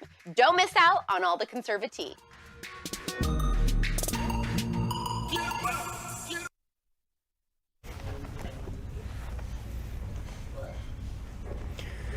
Welcome back to TPUSA Live in Phoenix, Arizona. We're at TPUSA HQ. We got Liz, Sarah, and Taylor. Taylor, thank you again so much for sharing your story. And I know that's incredibly impactful for not only us sitting here, but everybody watching. And thank you for your heroism. Today is a hard day for a lot of people, so thank you guys for letting me talk about it. And it helps a lot. 22,000 people were there, left with invisible scars. So it means a lot to not only myself, but a big community and all their families who are there. Oh, thank you again. We got to talk about the aftermath of 2020. Obviously, a very difficult year for so many. And I know there's a lot of people like me that I had to get out of California. I had about enough of what was going on there. And I was just one of many. It's an absolute mass exodus. California experienced a net loss of 2.6 million people to other U.S. states out of 2020, and it seems like there's about a two-tiered society. You got the uber rich. I know I was living in Silicon Valley, and a lot of these companies, though, too, they're just like, enough's enough. I'm leaving. But a lot of those companies are actually going to Texas, where you're from. So how do you feel like that's affecting the citizens and just the whole environment there in Texas? I think you have to look none other than how close the election was between Senator Ted Cruz and Representative Beto O'Rourke. It came way too close for comfort, obviously. Ted Cruz squeaked it out, but when you think of Texas and you think of the traditional Texas, you think of a very deep red state, and it's getting to be purple. It's not a coincidence that as all of these Californians are coming in, that it is starting to get more and more purple, especially in the more urban areas. I do think, I just wish that all of these companies who are moving their headquarters there, I feel like the owners, I feel like the CEOs, they understand why they're moving where they are. I just wish that could translate over to all of the workers who come with them, because I think at the end of the day, they still, for some reason, it is pre-programmed in their heads to go, well, yeah, we had to move here, but that's all that aside, I still need to vote the way I need to vote. And I just think that it's kind of automatic for them. I just wish that there was a way that it could resonate, like, don't turn us into another California. Yeah. And then sticking with California too, so there was some breaking news earlier today. This morning, California Governor Gavin Newsom announced that he would require all students, including children, to have the COVID-19 vaccine in order to attend school in the state. And you might be thinking, maybe I'll just put my kids in private school. Private school is going to be affected as well. And this will reportedly target the private education, and also this may go into effect as soon as the FDA issues full approval of the vaccine. They're coming for your kids. Yeah. I mean, it could not be more blatantly obvious. They are coming for your kids because, as you just said, John, it's not just the public school system. They're coming after the private schools. This is a state that already got rid of not only religious exemptions, but also conscientious exemptions. They only offer very rare medical exemptions. And so the fact that he is putting these mandates for your children, even the ones in private school, they don't think that you have the right to make these choices for your family. They think they know better and they want to make them for you. And I mean, I think Governor Newsom is just the best example of that. I will say sometimes, I think we fight and we're always gonna fight, but the left does make it a little easier when they do things like that, because I think it's just so blatantly obvious. It's not like I wear a tinfoil hat to tell you this is what these people want to do. You have gubernatorial debates where these people are saying it. They're saying the quiet parts out loud. And it at least makes it easier to say, I'm not making this up. They're saying it for themselves. Yeah, I was watching it this morning actually on CNN, and Governor Newsom, you just kind of probably watching CNN. It's tough. Why do you do that to yourself? You got to know the other side. You got to know the other side, and turn it on. And the first thing is they were talking about this vaccine for children, K through 12, and how they're going to roll it out in steps, like I think 9 to 17 or something, and they're waiting, and questions kept going back and forth, and that's what they're doing. Is like she said, it's attacking the children, and that's how communism works. It's a long-term thing. As you start attacking the younger generation, so as they grow up, they're not used to knowing the freedoms and all these things that we value so dearly. So I always encourage everyone to teach your children, teach others. We got to educate and fight back as aggressively as we can, because this is absolutely absurd. We've seen the science, we've seen the numbers, and children that young do not need vaccines for this. Yeah, and that's scientific fact too. And that's where we talked about this last segment about the culture war. The next generation needs our help, and that's why they're going to be tuning into The Blaze, RSBN, here at TPUSA Live, following their favorite influencers. They need help, and then also parents need help. Yep. there are people here where it's like, I'm just trying to figure this out. And it's like, hey, if you have this other side that says, hey, believe the science. Right. And then we're just going to push this on your kids. And frankly, it's sick. Yeah, and in general, the children don't know better. Yeah, they don't. And they need help from their leaders and their role models and their teachers. But you have leaders like this that feel somewhat more empowered. That's what I think here, especially what just happened in California. I feel like they're just going to keep going. And the homeless problem we talked about too, that's getting worse and worse. And then they're going to push it off on the police department. And then just... I feel bad for the people that are still in states like this. It's a long-term game. They take an inch, take another little inch, and they just keep taking. As soon as they take something, they don't give it back. That's when you get a little bit of power, you're not giving it back to the people. So we're fighting literally for our children and the next generation to come. Mm-hmm. This is a big, huge turning point in our culture war. So. Yeah. And then covering the stuff at RSBN here, making sure people know the truth about what's going on in these states, and it's tough because I know I still have family in California, and I desperately just want to get them out, because there were times where it's like, well, there's a few things we don't disagree with, but now it's just like there's absolutely no reason to have a family in that area. It's just not worth it. Yeah, I have family in California too, and I have no idea if they'd be watching this or not, but speaking of role models and RSBN, it's kind of, I guess that's my life. And I just want to say I was actually at a Turning Point event. It was one of my first events, but I became an ambassador pretty fast. So Jocko Boyens was speaking to us, and he was encouraging us to use our social media and to not feel bad for posting our opinions, which I think as conservatives, I think we have a lot of weight on our shoulders to not be seen as a bad person. I think we all spoke about it earlier. And I used to use mine for my Instagram for like pageants and makeup and little stuff like that. I was afraid to speak out and be a voice of politics, but after listening to speak, I don't remember exactly what it was. I'd have to go back and find it, but it truly has opened my eyes and my heart, and I think I've been able to reach a lot of people. So if I were to be able to give advice to anyone, it's cliche, but just don't worry about what other people think of you, because it's been almost a year since then, and I'm looking at the same people that used to not post anything, but it just seems so much more popular to see some conservative viewpoints popping up on people's stories. They're sharing things that they wouldn't have shared a year ago. So people are finally speaking out and not necessarily being the silent majority anymore. At least that's what I think I'm seeing here. I don't know if anyone would agree with me. Yeah, there's strength in numbers, and I think that oftentimes people forget that, especially with all of these mandates. People tend to comply because they think, well, I just have to. And if they would just remember there is strength in numbers, like you're talking about, you are not alone. There are many more people who agree with you than you think. If you would just remember that there is strength in numbers, we can get somewhere. Compromise and not necessarily alienating anyone, just being able to find middle ground and show them that like you said earlier, we are nice people. We are fighting for you. Yep. And just being able to reach. Yeah, we all have different ideas on how to help people, and different sides believe one way is better than the other. But I would say by far, the conservative side is more open-minded to listening to the other side of the argument. And it was absolutely disgusting watching CNN this morning and talking back on the vaccine mandates in California. They're also giving, I think, teachers till 5 p.m. today to get the vaccine. And if they don't, then they are fired. And I was watching one young lady who's I think elementary school teacher who does not want to do it for whatever personal reasons, which is her choice, and that is absolutely the right way. You know, if it's your personal choice, do not get the vaccine. But they were telling her that, you know, like, why aren't you doing this? Why are you endangering your students? And they were making her look like a bad person. And that's what they do, is they target you. If you're not following their rules, they're trying to make you look like a bad person. So you need to be proud of your decisions. You need to be unapologetically, you know, just an American and free-willed, and if that's what you want to do, then stick with it. And she kept referring, you know, putting my faith in God, and he's going to lead me. And I was like, yes, girl, get it.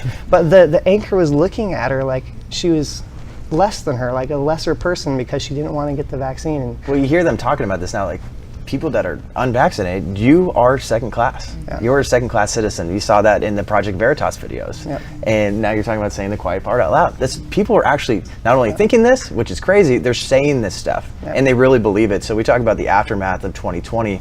We've seen so much division. I talked to so many kids at these events with other contributors that they've lost friends. And now, unfortunately, you have young people and really anybody all over the map that's having to stand up for their beliefs, and everything is made political. Yeah. And now, no matter what you watch, there's some sort of propaganda in it. No matter what, there's some sort of agenda being just shoved in your face. And that's what I feel like is one of the biggest problems we've seen come out of 2020, is like we're not able to just have community anymore. Well, we don't want to talk about politics this aggressively. The left is almost forcing it on us, and we are getting pushed into a corner, and we have to fight back, or else they're just going to keep taking inch after inch. And I hope we can fight back, win, and then kind of continue cruising and not have to focus so heavily on politics again. But it's going to be a long battle. Does. Like, we don't want to be fighting all the time. And floating plastic bags. Yes. We don't care. I'm sure we could get into a debate on where this wood is sourced from if we really needed to. It's ridiculous. Well, and to your original point, they're going to call all of the names that you think that these people are going to call you. They're going to call you that anyway. They're going to call you that anyway, so you might as well stand on your principles and your beliefs, because at the end of the day, they're going to say whatever they want to say. You have to learn to tune that part out. Yeah, and do not believe that you are the lesser of the numbers. Like, they are just putting a magnifying glass on the small things because they have control of the bigger news outlets, but that's not the case. The vast majority of Americans and the world believe in the values that we all do, and that's freedoms. It's innate in all of us. So if you stand strong behind it, more will rally behind you than you think. And then, speaking of individual freedoms, going back to these companies that are just leaving states, that are just totally have too many taxes, too much of a crazy leftist agenda. I don't know if you heard this story, but Smith & Wesson is actually moving out of the area that they're in. They're moving from Massachusetts to Tennessee. And what they had to say was the southern states' unwavering support of the Second Amendment is exactly why they want to go there. And there's a lower cost of living. And I love when Charlie talks about how do we fight back, and going back to the culture war. Pockets. The pocketbooks. Yeah, and that's why we talk about and expose these professors and what's going on college campuses, because you can make a change. Just like we talked about Nike, we talked about cosmetics too. Take money away from these corporations and these people, hit them in the pocketbook, and that's where it really hurts. Well, there's a difference of cancel culture. I don't believe in cancel culture. Like, do not just go attack someone for little reasons, but like, if a state is making policies that's making you pay more taxes and your business cannot thrive in that environment, you are essentially killing that business, and they're going to leave. So you just made an awesome company leave your state and take all those jobs, resources, wealth with them to another state that believes in the policies that most of us believe in. You know, more gun rights, Second Amendment, Constitution. It's a no-brainer. So come on over to Tennessee. We welcome you, Smith & Wesson. We got your back. But this is a place like Smith & Wesson had been there since 1852. Jeez. So like, people have to realize that like there is massive changes going on, and there's just government officials that are just radicalizing their state, and these companies are just like, that's it, I'm done. I mean, good for them. Yeah. Good for them. There needs to be more companies that finally stand up and do that. And as you pointed out, Taylor, it's not, I think people oftentimes get mixed up with cancel culture. Like everything is I choose where I want my dollars to go. That is not cancel culture. That is just, again, you choose where your pocketbook Be goes. a conscious consumer. Right. We've got the holidays coming up. Yeah. Make sure you're shopping. Yeah, exactly. That's not People that cancel align with your culture. values. Right. That's just a personal choice. And one of the crazy, as we wrap this up here, one of the crazy parts that felt like during the pandemic was grocery stores had absolutely just no toilet paper and cleaning products. So now Costco is once again limiting purchases on popular brands of toilet paper and cleaning products as the pandemic continues to put strains on shipping products from suppliers. So the CFO said that toilet paper, paper towels, Kirkland Signature bottled water, and high demand cleaning products are going to be sold at a specific rate. That's it. It's crazy. Well, I saw it firsthand in Ashland City, Tennessee, 35 minutes outside of Nashville, and went into Walmart a week prior. Racks were full of toilet paper and all these cleaning supplies, and it was pretty much going into a third world country for just that aisle. It was crazy. And everyone was like mean mugging each other, like, you filling up your basket too much over there? And like we've had, I think you had said that, or someone said that like going in as a couple, they would like split off to to try to get around that. But it's just crazy to see when supplies get limited how people change their entire thought process, and they kind of get it. And that's what it's going to get worse before it gets better. I think we talked about last it before, talk here. But real quick, there was an image going around the internet yesterday of all the container ships that are stuck out at port. They can't get in, so it's going to get Coming up next, we're going to talk about AmericaFest. See you soon. In these United States of America, this great country of ours, we American Indians, we can be anything we want to be, except American Indians. A lot of the soldiers were very aggressive, so the women did get raped. What we call huerte. Huerte means a place of suffering, dying, starvation, nothing good. Just like the Nazi concentration camps.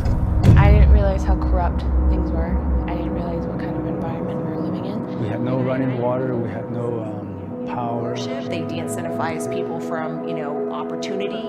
That's why our suicide rate has climbed up astronomical rates.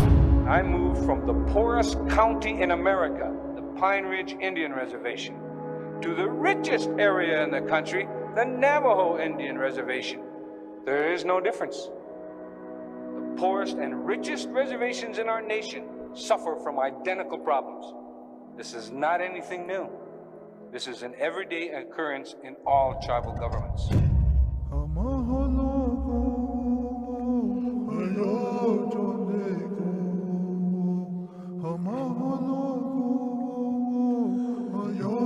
So my life and my tale and my truth has been to fight socialism, and I'm hoping that I can wake up as many Navajos as I can to tell them that you can do this, even if I have to fight you to save you. And I think that's what I'm also projecting to my people. Even though they are so harsh on social media and they completely hammer at me, I tell them, I'll be here even if I have to fight you to save you.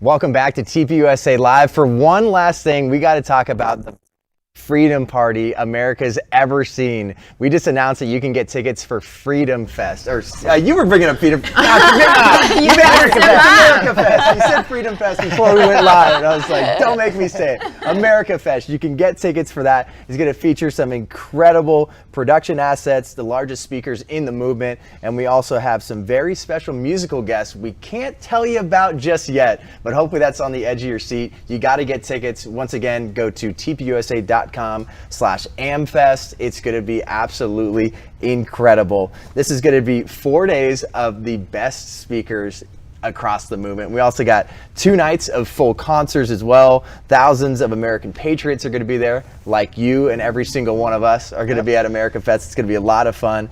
And if you want to get a taste of how cool this event is going to be, we're going to show you this picture here. Kids at our event, crowd surfing, and I'm pretty sure. And that's no music. This is no musical guest. This is just what they do regularly, right? People say conservatives can't have fun. No. Give me a break. Look at that. And I've always said our events are like conservative Coachella, and now we actually are having musical guests, so that's going to be really conservative Coachella. Yeah, and I'm pretty sure that photo was from like 7 a.m. Oh yeah. Well, they'll camp out.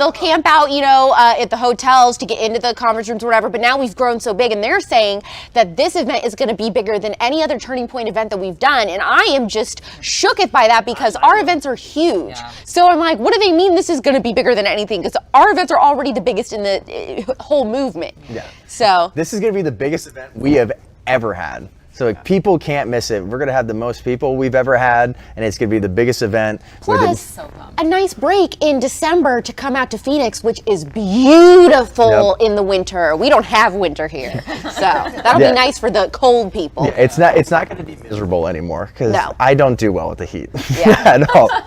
But if you want to get tickets to AmericaFest, you can get student tickets, adult tickets, or you can just go to the general website. That's tpusa.com/amfest. But Alex Clark, you're going to be a huge part of this. I'm totally sure there's going to be thousands of cute conservatives. Oh, gosh. So when you think about this event, you've been to plenty of events. You brought up YWLS before, but this is going to be unlike anyone's ever seen. So Yeah, I know. Everybody always likes to anticipate my outfits and what I'm going to wear to our events. It's like a whole thing. There's this girl on Instagram, and she looks up every single one of my outfits and finds where they're from. I don't know how she does it. Wow. And so I'm like, oh my gosh, the pressure is on. If this is our biggest event we've ever done, I gotta have some killer clothes. Are you going to crowd surf like the guy Dude, in that photo? if I'm not in a skirt or a dress, I would love that. And I weigh, 89 pounds soaking wet, so you could throw me. Toss her from area to area. It would be very fun. But you've been to some events too, Yeah. Sarah. I mean, they're already so big and just so epic. I can't imagine this one's going to be the biggest, and I hear it's not even going to be close. So, I just can't fathom how incredible it's going to be. I'm just really pumped for all of these, especially the students, to get so hyped about freedom and all of these things that they should be hyped about. It's amazing. And I know we're hyped because we know a lot of inside information that we can't give you. But hopefully that gets people excited. There's going to be so many great reveals about this because there's a reason this is going to be the biggest event that I think maybe America's really ever seen when it comes to conservatives and just patriotism in general. Yeah, this is an awesome opportunity. If you have a friend who's on the fence, bring them out to something like this because it honestly is just the best time. I've met some of the best and most amazing people, and I'm absolutely floored because I get up in the front with all these students and I sit there and I watch them run into the room when they release the opening for everyone to come into the area, and these kids are going nuts. They just get in there and it's such a good time, and I'm so excited for this. That's what you're bringing up, Alex. It is absolutely fascinating to watch these kids get there so early, and then it almost feels like Black Friday. It's more every single day of an event. Black Friday for freedom. Black Friday for freedom. Hey. Well, and I was going to say too, there's adult tickets as well. So the number one question I always get asked is, well, is this only for students? No, especially this event is going to be for everyone, families, adults, students, everyone. But I would say, like you said, there's going to be some big reveals and exciting surprises. So I would invest in a portable phone charger now because you are going to kick yourself in the butt if you do not have a phone to get some of this stuff that's going to happen on your story and some of the people that are going to come out. I'm just telling you now. You heard it here first. As a young woman, if you have any questions, I get this all the time about how to get involved in politics. My number one advice, because this is what I did, is to go to a Turning Point USA event. My first one was Young Women's Leadership Summit, and I have made the best of friends, and I've loved it. So don't be scared to go, and this is a great one to start your Turning Point process. We're going to wrap it up with this. Once again, get tickets. You can go to tpusa.com/AmFest. If you're a student, it's AmFest student. If you're an adult, AmFest adult. It's going to be a lot of fun. I'm excited to see every single one of you there. And thanks so much for joining us here at TPUSA Live. Liz, Taylor, Sarah, Alex, thank you so much for coming. Up next, we actually have this lady. Again, you're getting a lot of Alex Clark today. We got the Spillover coming up next, and then right after you got POPlitics. If you want to hear more about what we talked about today, tpusa.com/live feed. Have a great weekend. See you Monday. Bye.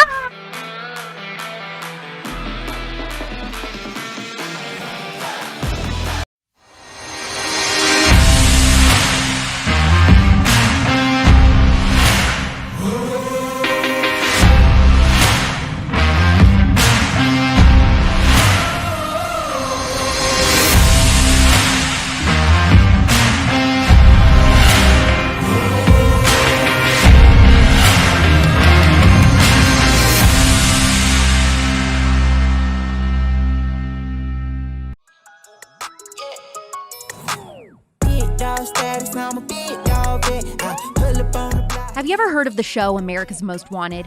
The original show was hosted by John Walsh and launched in 1988 until it was canceled in 2011. And it was the longest running TV show on Fox, even surpassing The Simpsons. The show did reenactments of dangerous fugitives using actors. They encouraged viewers to call this phone number if they had tips on certain cases that they were covering. And by 2008, the series actually helped capture 1,000 fugitives around the world.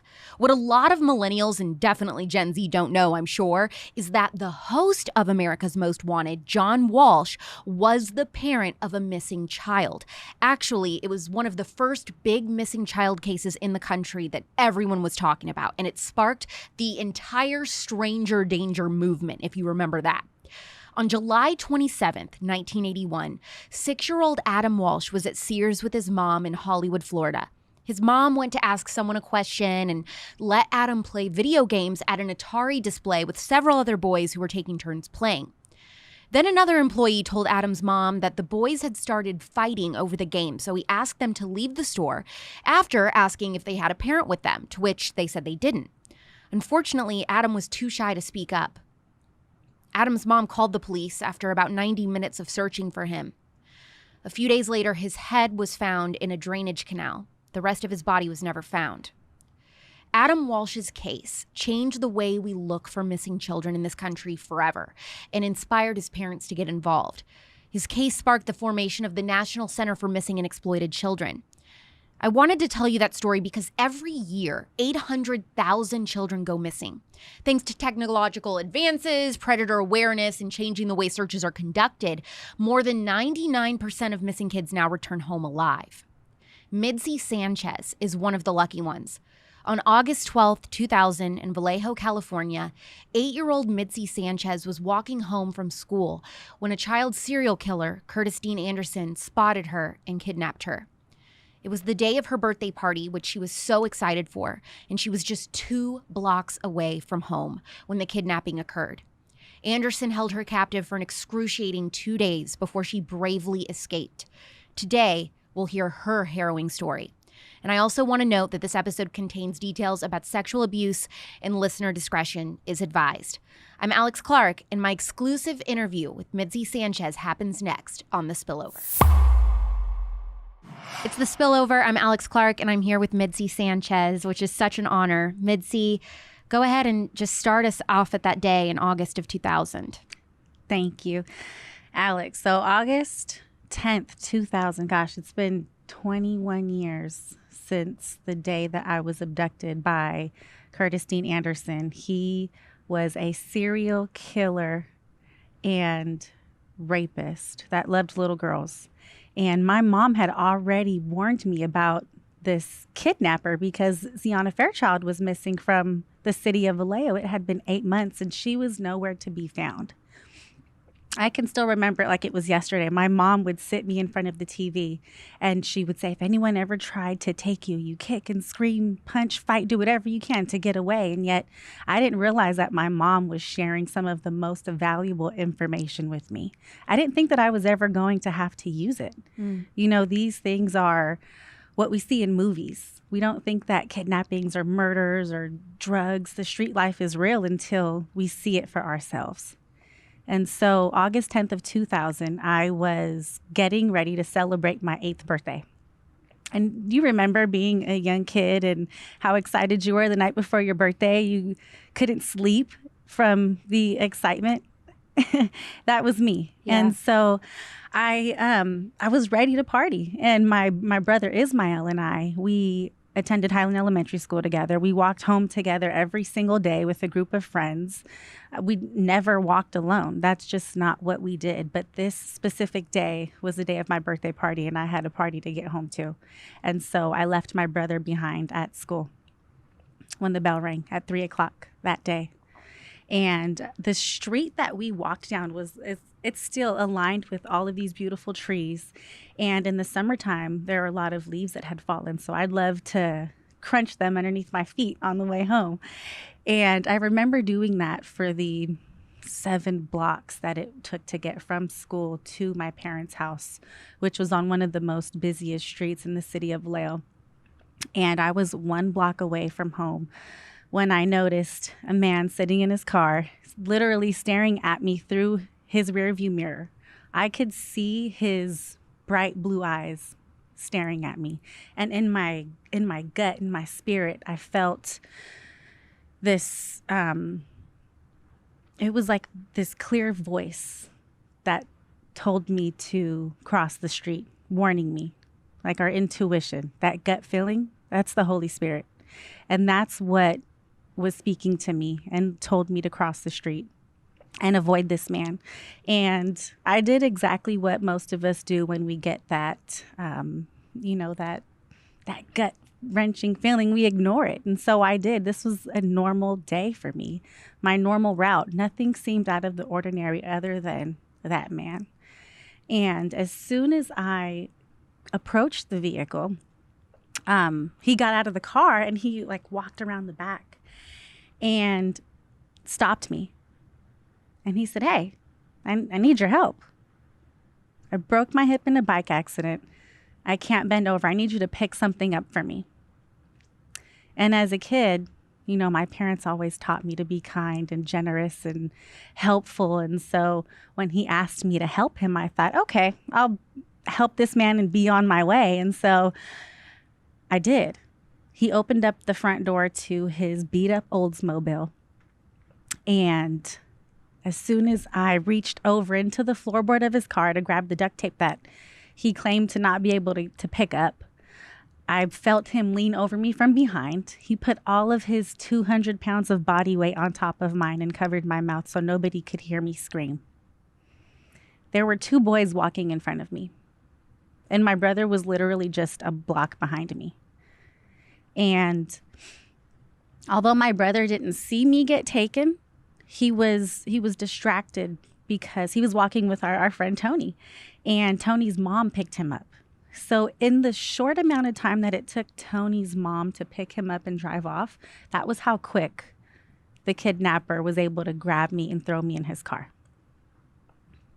I remember feeling like I'm being kidnapped. I still couldn't register what was happening. Even though my mom had prepared me, I had watched the news and had watched the young girl that had been missing for 8 to 9 months. It still didn't register right away. And he literally drove off with me and headed down one of the busiest streets in our city, and nobody saw a thing. What was going through your mind as you're driving in this car with this strange man and I'm assuming passing people on the street, passing other cars? Are you thinking, do I signal for help? Are you thinking about opening the door and jumping out of the moving car? So I actually tried to jump out of the car, but he rigged the lock, so I could not open the door from the inside. I was stuck. And so as he drove off with me, I could see my house. I could see my dad's house. And he just went off into the opposite direction. And I remember feeling like, gosh, I want to be home so bad. And I remember asking him, I said, why did you take me? And he said, well, someone did it to me when I was a kid. So in my 8-year-old mind, I'm thinking, am I going to do this to kids when I grow up? That's what you were thinking in That's that what moment? I was thinking. Yes.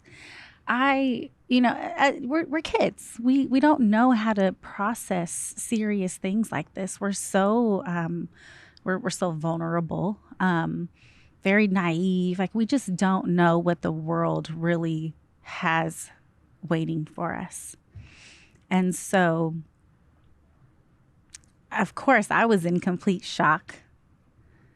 And as soon as he drove off with me, there's like Highway 80 is just a couple of blocks away from where my parents lived. And there was a Yardbirds parking lot. It's like a hardware store that I used to go to with my dad all the time. My dad's a carpenter, by the way. And he parked in that parking lot.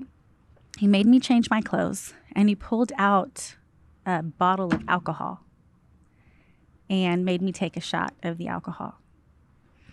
And of course I was like, no, I can't drink. I'm only 8 years old. But he literally forced me to get drunk and wanted to change my appearance from what I looked like when I left the house that day. Were they new clothes? I don't think so. You think they were from another victim? They can be, because he had claimed to have done this to about 10 other little girls. And he did mention to me, don't try to escape. Don't try to get away, because I will kill you. I have a gun. I will shoot you. And no one has ever gotten away from me before, so don't even try it. So at that point, you're motivated, probably deep down inside. Do you think? I think, immediately I was already trying to plan my escape. And it seems like he was always one step ahead of me. We had pulled off into a rest area and stayed there for the first night. And I remember having to use the restroom, and I thought, okay, maybe if he lets me get out and use the restroom, I could try to run and get help. No. He pulled out a Tupperware and made me go in the Tupperware. And that was when he pulled out the long chain that he used to tie me up by my left leg to the gear shift. And that's when I thought, okay, I'm not going to get away from this man. I'm pretty much done for. So you thought you were going to die at 8? Not yet. I still had hope. But that first night, I didn't know if my family was looking for me. I wasn't sure if anyone knew what had happened. I just had no idea what was going on outside of that vehicle. My world was that beat up car. It was junky, like he had been living in it. That's all I saw for the next 3 days. But that night, we were still at the rest stop, and by this time he had covered up the car windows with blankets and visors and towels so nobody could see inside. And I remember seeing a cop drive by, and his lights were on. But he was just driving by really, really slow. And that was the first time that I had some hope. I thought that he was just going to miraculously come and save me. But he kept going. And I remember feeling so helpless. Like I was never going to get away. I didn't think that I was going to die just yet. But that first night that I was with that man in that rest area was when he began to sexually abuse me. My parents somewhat sheltered me and didn't really talk to me about sexual predators or the street life, drug abuse, any of those things. And I unfortunately had to learn about all of that in 3 days from a strange man. And it was devastating because my innocence was literally ripped away from me on the day that I should have been celebrating my 8th birthday party. It was a day that I was so excited to share with my family and my friends. And I had no idea what I was going to be walking into that next day. But as time went on, and I'm still with him now, we're day 2 and we're still in Vallejo. By this time, I still don't know if anyone's looking for me, but we're driving through this city, making stops to get cigarettes or to visit people that he knew. And it was hot as heck. It was August. It was the summertime. He had me sit on the floorboard and cover me with a blanket most of the time. And we ended up driving, after being in Vallejo for the first half of that day, we ended up getting on the freeway driving to, at that time I had no idea where we were going. But we ended up in another city, and he allowed me to sit in the passenger seat. He allowed me to sit upright and actually see cars and people. And so I desperately was looking at people around me, trying to get their attention. And of course, no one was paying attention to me. I doubt that they were looking for this, missing kid. Did you have a plan? Like if somebody would have looked at you in the eye while they were driving past to start yelling, to mouth something? Help me. But no one even gave me the chance. No one looked at me. And so it was, as you can imagine, like you're trying everything that you can. You're just so hopeful, but it's like that perfect opportunity hasn't come. It hasn't come yet. And we actually stopped at another store. He smoked. He was like a chain smoker. We stopped at another store for cigarettes, and that's when he came out with this newspaper. And the newspaper had my face on it. It was like my 2nd grade picture. I was in the 3rd grade at the time. And it said, Mitzi Sanchez, missing child, 8 years old. And that gave me hope. It was almost like my second win, because now I knew that my family was looking for me. They knew that something bad has happened. And so I knew that I couldn't give up just yet. From the city of Vallejo to Santa Clara is about an hour, give or take. And that's where we ended up staying for the next 2 days. We were like in an industrial area. And later I found out that this was his old place of work. And he still had me chained up, still covered the windows anytime that we stopped. And he would go in and watch my family on the news to, I guess, just be sure that no one was on to him or keep up to date with the latest news on, this missing girl that he had. Did you know in the moment that that's what he was doing, or did you find this out later? I found it out later. So what did he tell you? Just, I'll be right back, and just left you? Yes, that was it. He didn't really talk to me much. We didn't have a lot of conversations. But he would just leave me in the car by myself for, short periods of time.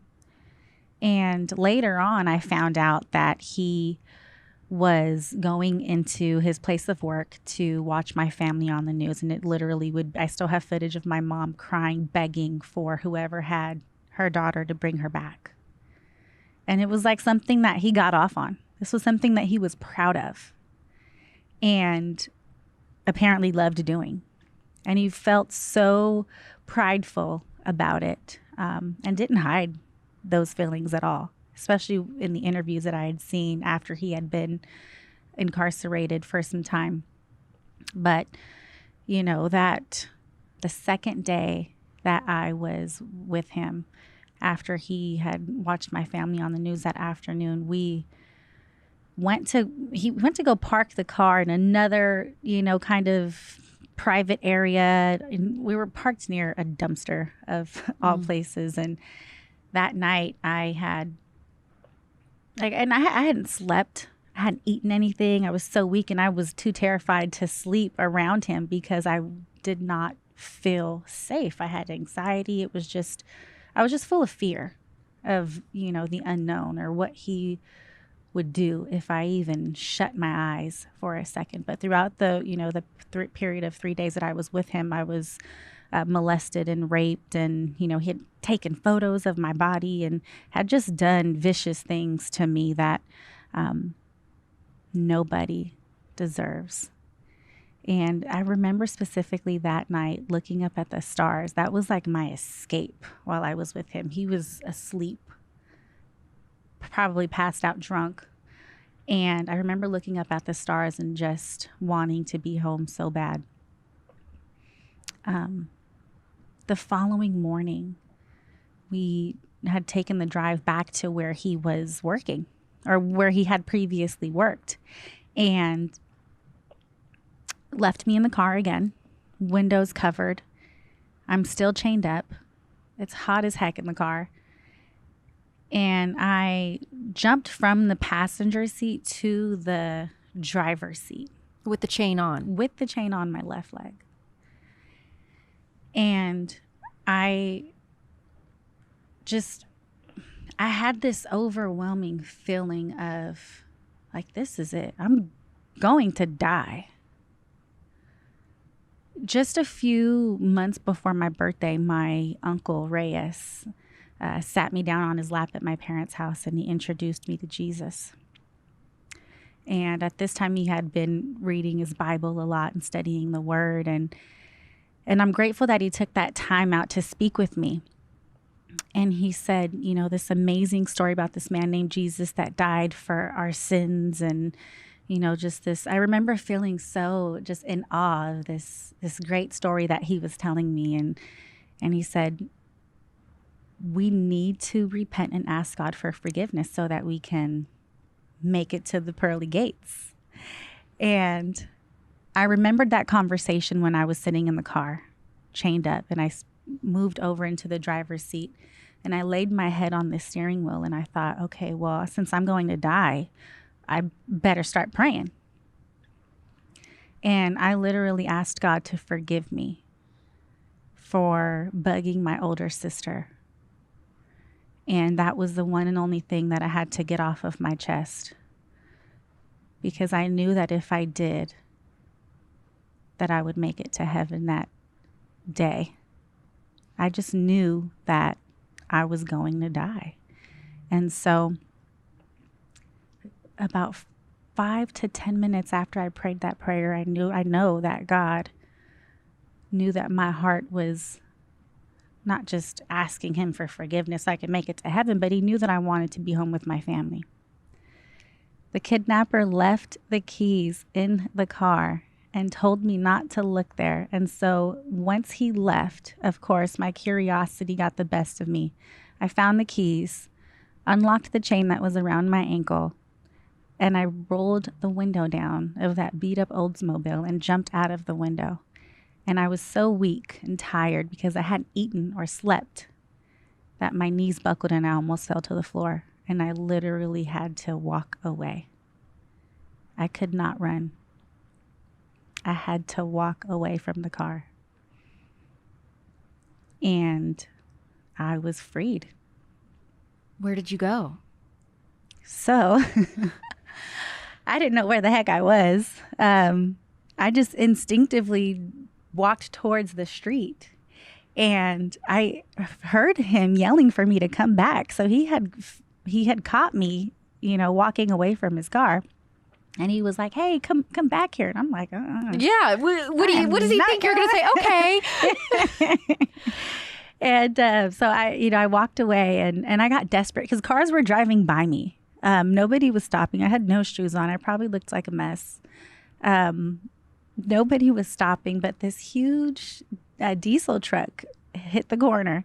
And I was like, okay, either I jump in front of this truck and get hit by the truck, or I go back into the hands of that man. And so I was willing to take the chance. I jumped in front of the truck, He stopped. He did not hit me. Were you waving your hands? I was waving my arms like, hey, please, I hope you see me because this man's coming. And so the truck driver stopped. I ran up to his window. I said, my name is Mitzi Sanchez. I've been kidnapped. And there he is right there. He's coming towards us. The truck driver got on his CB radio, took the guy's license plate number down, and the cops caught him 7 to 10 hours later that day. And so you're in this, it's like a semi truck? Yes. And you're sitting with this guy. Does he know who you are? Yeah. So the funny thing is, his wife had been watching my story for those 3 days. Oh my and gosh. she had been talking to him about me and about this, this crazy story. Bay Area, like I said, Vallejo to Santa Clara is just about an hour away. And so he knew exactly who I was. That day was his daughter's birthday. So he was supposed to be at home. Instead, he chose to go to work and was just supposed to come back. He missed the birthday because he was at the police department with me. And his wife thought that he was cheating on her. Oh my gosh. Yeah. What? So when he came home, she, was like cursing him out. And he's like, okay, when you calm down, I'll tell you where I was. And so finally he was able to tell her that he saved me that day. They're an amazing family. They've got many, many kids. They're out of San Jose, and we still keep in touch to this day. Well, you're rescued, but I'm sure everything is just a blur. You're just like, oh my gosh, you barely got out of this alive. And are you thinking about anything? I just want to get home. Are you thinking of your parents? What's going through your mind as you're sitting in that truck on your way to the police station? Gosh. So any stranger was a safe stranger to me at that point. I just felt so relieved that I wasn't with him because of the things that he was doing to me and making me do to him. It was horrific. And although I was in safe hands, I still couldn't breathe easily. I hadn't seen my mom. I hadn't seen my dad or my siblings. There were 5 of us, by the way. And I wasn't able to relax just yet because I wasn't in the comfort of my family. It was tough, man. After a situation like that, anytime there's, a rape case or, kidnapping or anything that has to, do with a sexual assault, there needs to be a rape kit done by a nurse. And, there's a process that we have to go through as the victim to gather evidence. And it was just this long, drawn out investigation. Because you had to go through that before you were allowed to see your family? Yes. It was pretty tough. But one important thing I do want to share is, and I used to work with abused kids. And in a lot of these cases, the offender actually gets to be free because there are usually no witnesses in a rape case. And so literally all we have is that rape kit, that DNA that we have as evidence to back us up. Otherwise, it's just hearsay or our word against theirs. And so if we don't get a rape kit done within the first 24 to 48 hours, we lose a lot of the evidence. Mm-hmm. Saliva does stay on the body for about 7 to 10 days. Just some fun facts to share. So really, so you're bringing up a good point. And I know this is that if you're ever in a situation like that with sexual assault, it is imperative, as hard as it is, to tell the police, go to the police, let them do a rape kit, because that could absolutely change, your case, and help them catch that person. And so after you go through all of that, you're reunited with your family. And so walk me through the days after you're reunited, you're returned home. What is life like for you? Alex, my story was a nationwide story. Back then, as an 8-year-old kid, I had no idea what that meant. And so I was just coming home to be with my family and hopefully have some type of normalcy. But that was not the case. There were literally thousands of people outside of my home on, like I mentioned earlier, one of the busiest streets in Vallejo. The entire city, and I'm sure people from surrounding cities came by to see my family and I. It was not... It wasn't normal. It was not normal, no. And it wasn't a comfortable situation. I just wanted to hide under a rock and, just sit in bed, maybe watch some cartoons or something. It was not something that I wanted to share with the rest of the world. I did get a lot of love and support from my community. And one thing that a lot of people did say to me repeatedly was that it was not my fault. And so as a survivor, I never really had to deal with that guilt of, gosh, I messed up, or if I would have done this, it would have been different. I never had to carry that guilt because a lot of people reassured me. And I had a lot of great mentors and supporters, even therapists and the detectives that were on my case that really came together to help me recover. And that was a huge blessing, because I was given, some sort of just, I was given such confidence through them, because they uplifted me so much and didn't make me feel like I was an outcast or this, weird person that everybody was just pointing fingers at, although that did happen. It helped me prepare for the court case. I literally had to face this man in court, point him out, and talk about all of the details from A to Z of what happened. And I'd gone over these details over and over and over again with a therapist just to be able to say it comfortably in front of a courtroom full of people. And it was tough. It was such a rocky road when I initially first came back from the kidnapping, leading up to the court hearing. So at the court hearing, when you testified, I always think about this when in child cases like this, was it re-traumatizing for you? Do you feel like to have to face him and recant everything in front of everyone, or did it help you heal having to go through that? It was definitely traumatizing because there were more new things that I had to endure. But when I did face him in the courtroom, I felt so empowered because he no longer had me captive. I was no longer chained up. I was no longer that desperate little girl with no hope. Did you say anything to him while you were there? I didn't get to. I didn't get to say anything to him. I don't even think that I would have had any words for him. And if he were still alive today, I don't think I would. Although I have forgiven him. But that took about 18 years. Yeah, because you went through, you talked about how you had such an amazing support system and everything right when that abduction first happened, but then you went through a really hard time in your middle school and teen years, right? You were in and out of gangs and stuff and struggled with addictions, and it got to a place, a really bad place. So could you talk about that and what the turning point was for you? Yeah, so even going back to elementary school, I went to school 2 weeks after I escaped. Why was that so soon? I have no clue. Do you feel like that was the wrong decision for them to allow you to go back to school that soon? If it were up to me now, knowing what I know, I would have sent my child to a totally different school in a different city, where no one knew my child.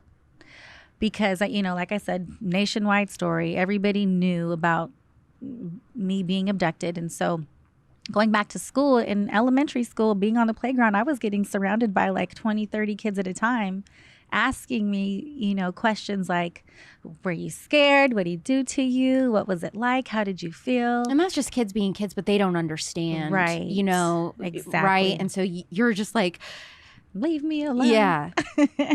Yes. But fast forward to middle school, still in the same city, Vallejo is such a small town. Everybody knows everybody. And 6th grade was horrific. 7th grade, 8th grade, I just had a really tough time in school because everybody knew me and they crowned me the kidnapped girl. And people thought that, well, they had this, perception of me as being stuck up or thinking that I was cool because I was on TV. We did Oprah and Montel and every single Bay Area news station.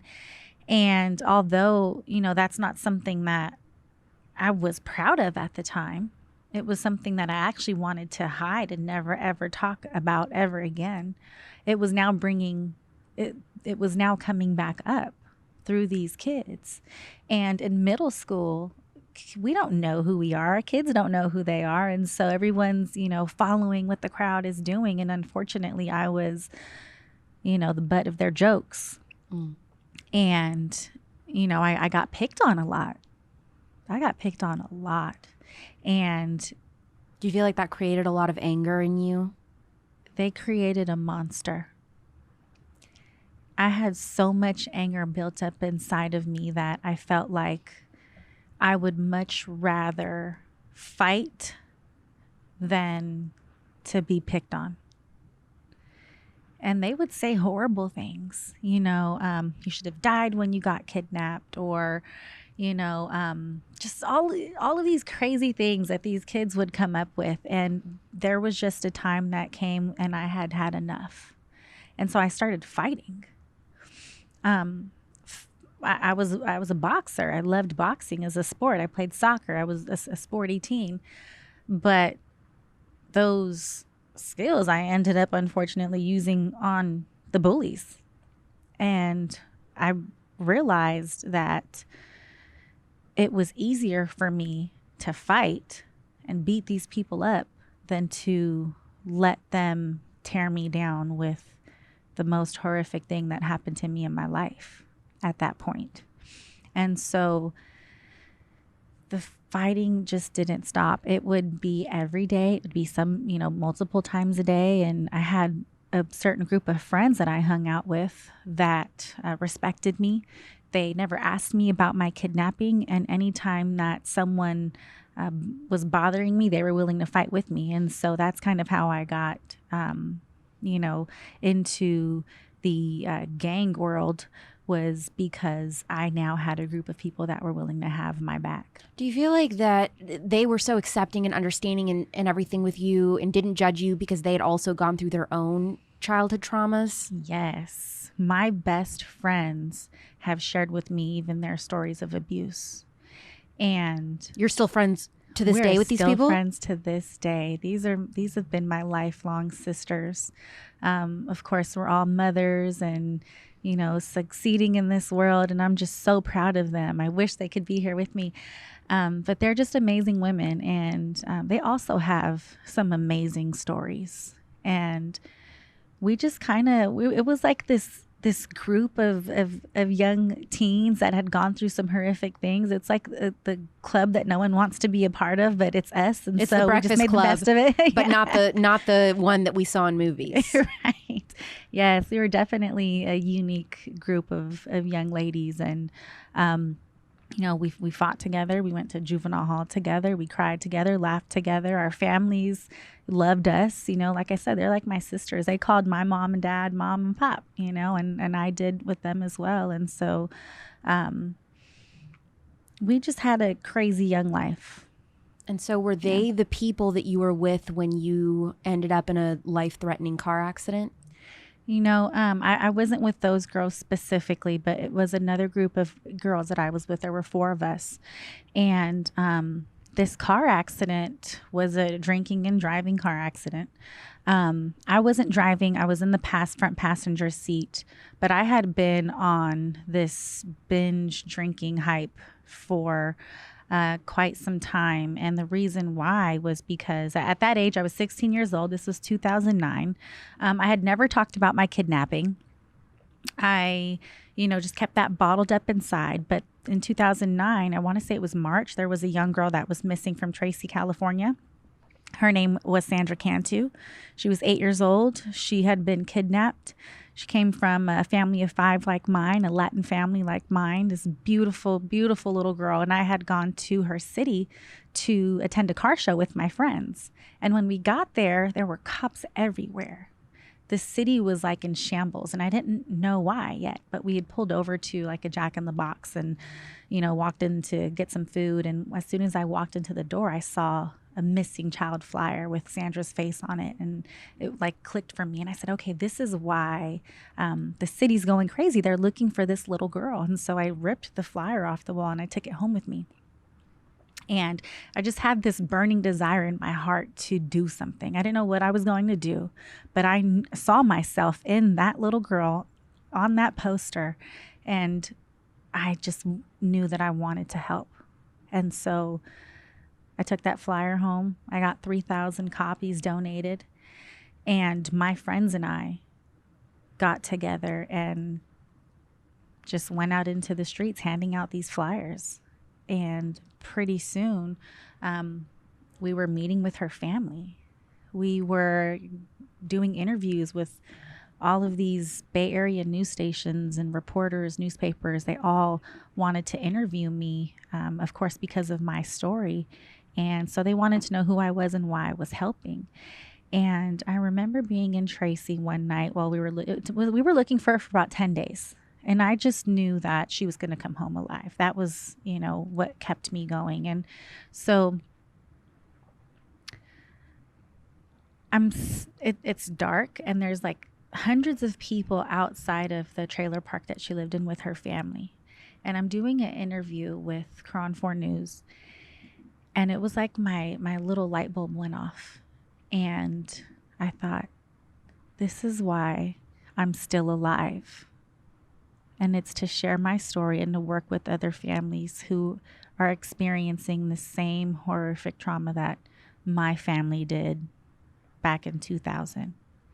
And at that time, Alex, I did not want to live. I was so over this world and over the depression and I just felt like the world was nothing but horrible events that happened.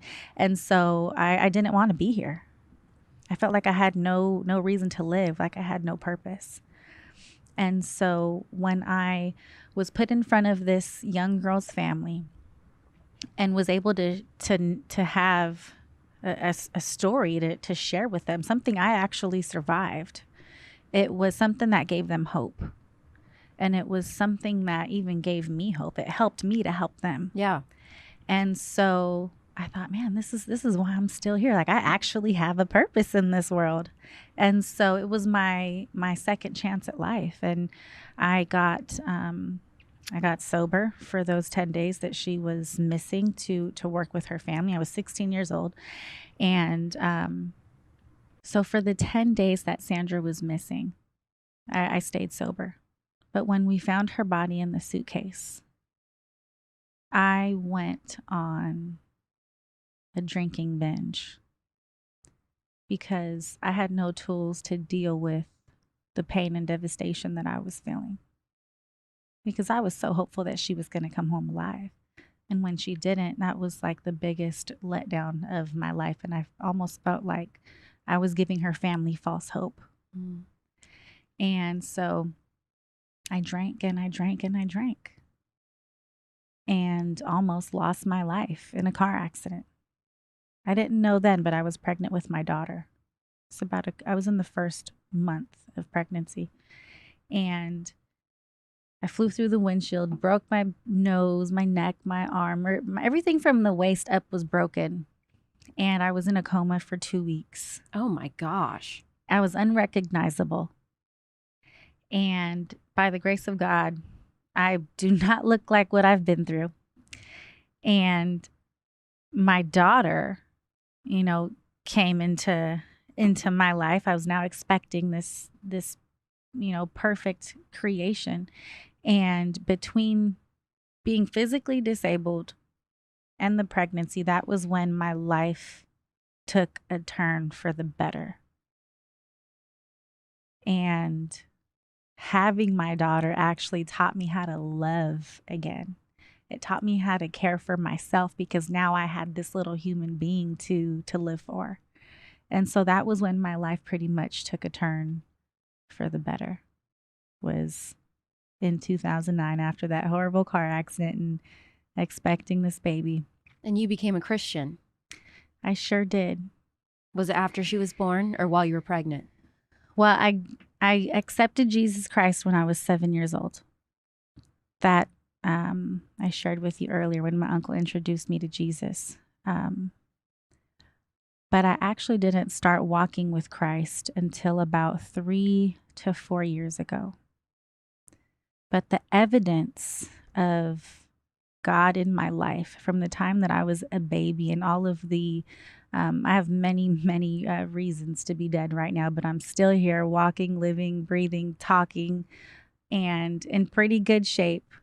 You know, I just cannot deny the fact that God has been cradling me all my life.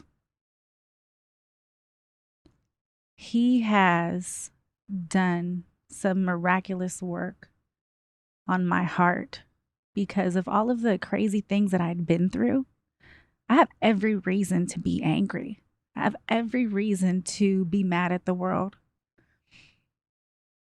But when I gave my life to Christ,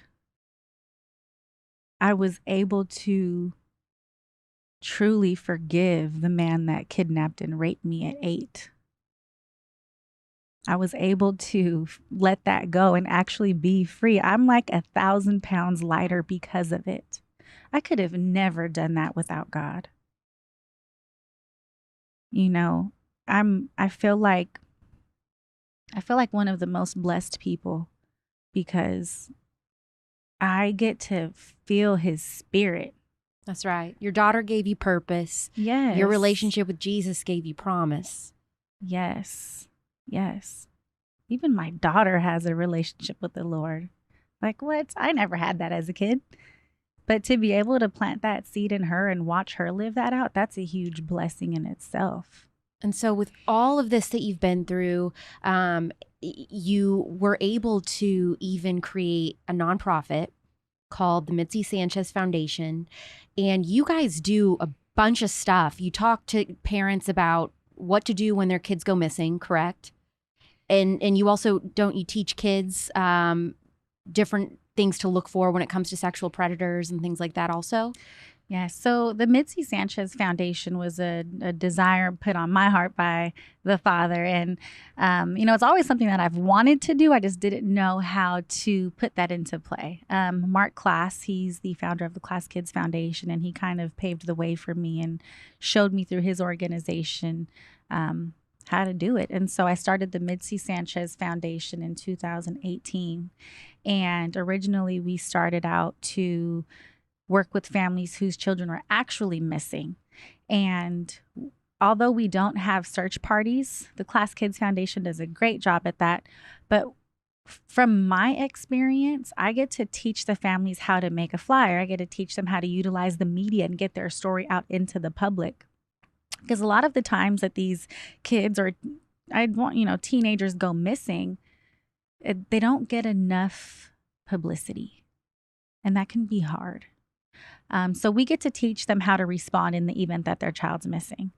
And so one of the, other great things that I love to do is get in front of the youth. I love to speak to the youth and really just sharing my experience, strength, and hope, and teaching them how to recognize when they're in an uncomfortable situation. I have always talked to my daughter since the time she could speak. I want to say like 3 years old, about her body and how to be aware of, her surroundings and how to listen to that inner voice that could save our life. And, she's even through these consistent conversations has saved herself from becoming victimized. Really? Yes, because I taught her how to say no. And that can be a really tough thing, especially when we're in that situation. We kind of go into like a fight or freeze mode. And we may not know how to say no. Well, that's what I was going to ask you, is because you have a daughter, you've been through this experience, this is what you do for a living, is teaching parents and kids about what to do. So I was wondering, how soon do parents need to be talking to their kids about this, and what do you tell them? What are tips to tell kids?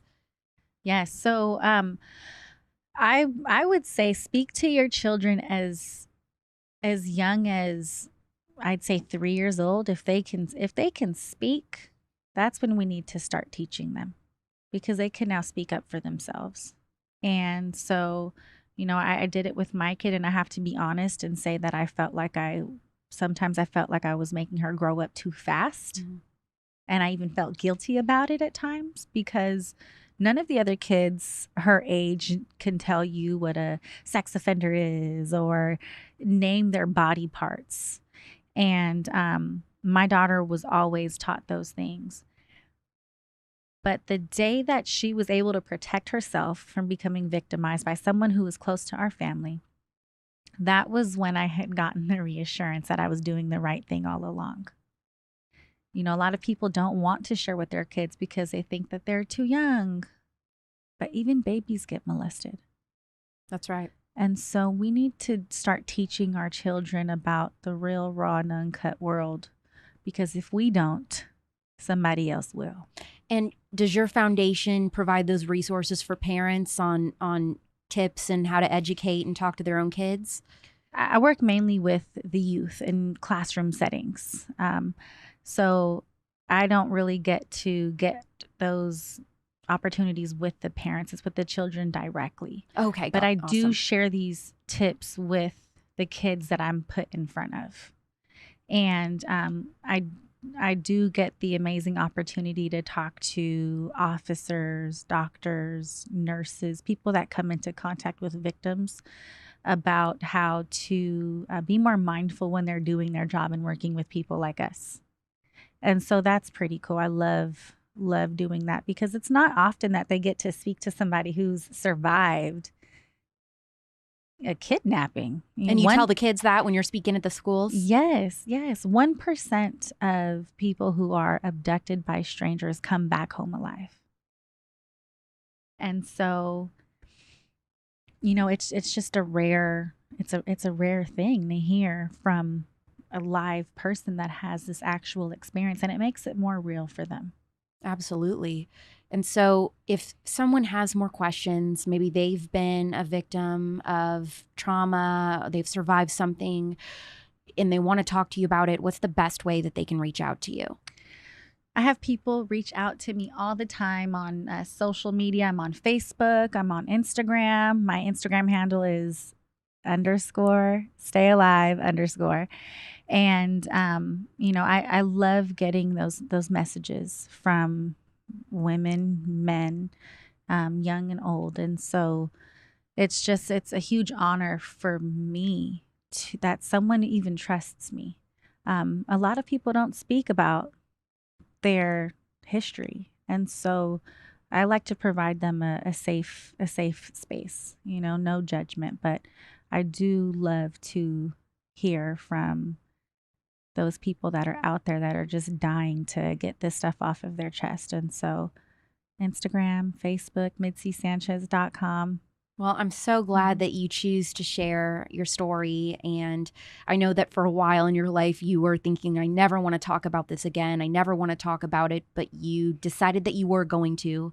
And I am very confident that every time that you do this, you save so many lives that you don't even realize, because the things that you're teaching people about survival and how to cope with these issues, you never know how many people you're touching, and also your testimony and your relationship with Jesus. I just want to personally thank you so much for sharing that and your bravery, and so encouraging. And so, Mitzi, thank you so much for coming on the Spillover today. I appreciate you. Thank you for giving me the opportunity to use your platform to be able to speak to the people.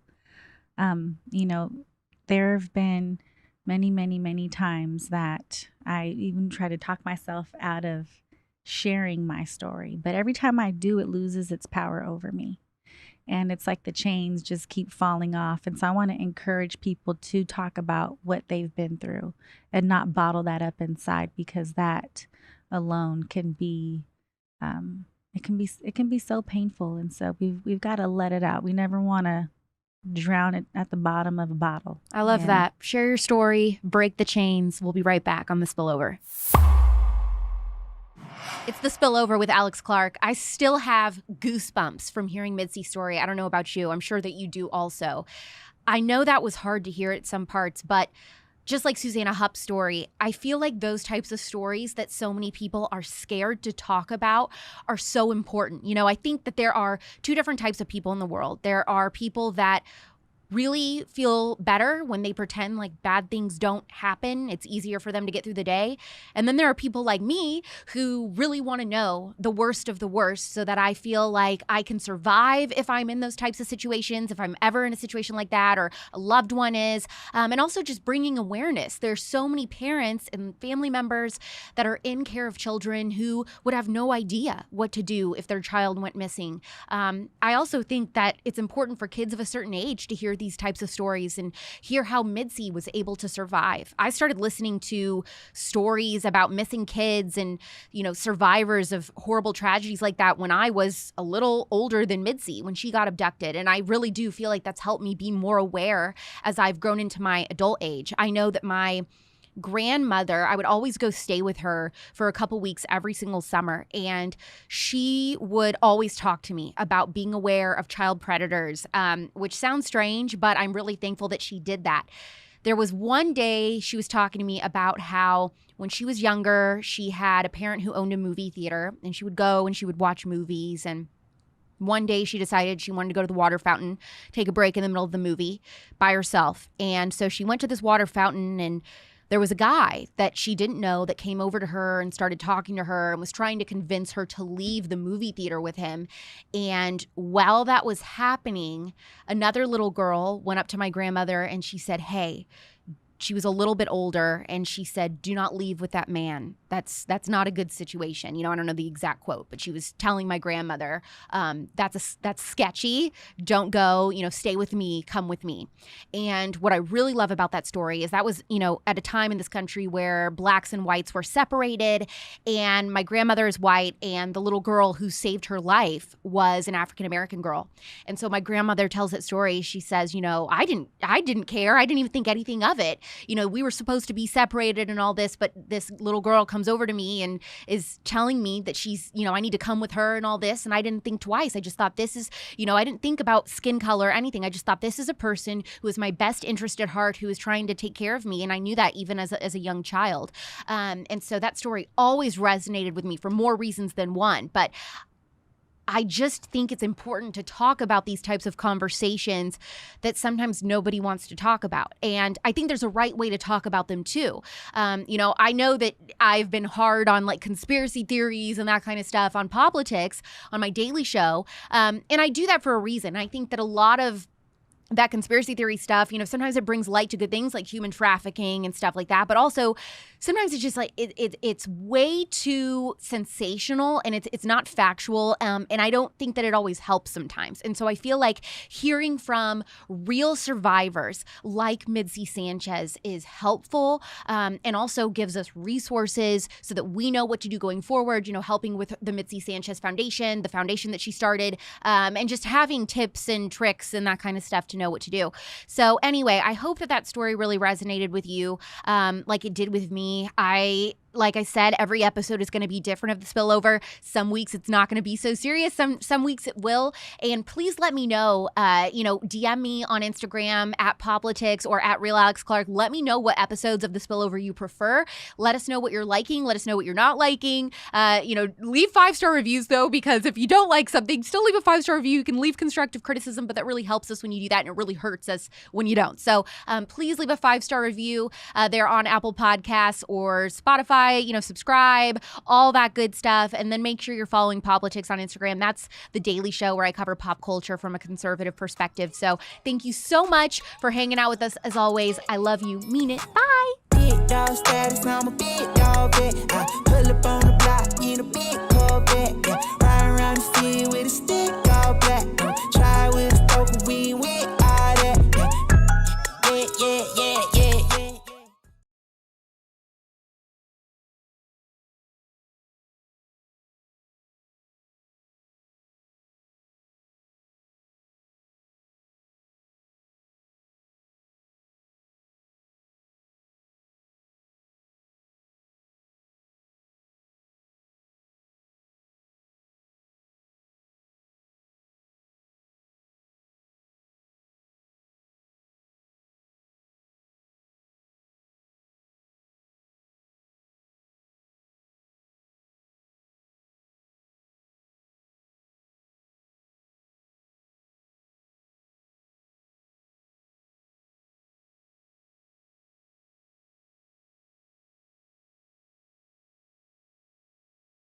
Hey everyone, Jon Root here. Coming up next on TPUSA Live, tune into the newest episode of POPlitics where host Alex Clark will talk about the new shocking docuseries she's currently watching, how nap dresses are the new hottest trend, I guess, and how the left is ruining cartoons. All this and so much more pop culture without the propaganda, next on POPlitics.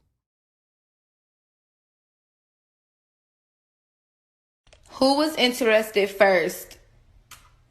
Who said I love you first? Who's more protective?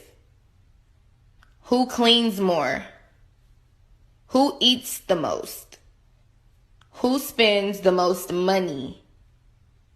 Who is most likely to start an argument? Who falls asleep first? Who is more annoying? Shrek is love. Shrek is life. We love a man who owns property and doesn't poop shame. If you weren't into the LulaRich leggings a few years ago, you definitely knew someone who was, and I want to discuss the LulaRich docuseries on Amazon Prime. A lot of people say LulaRich is a cult, but now people are saying the same thing about my beloved nap dress. Katie Couric has written a scathing tell-all book, and she's naming names, and Governor Kristi Noem is being accused of having an affair. I'm Alex Clark, and this is POPlitics.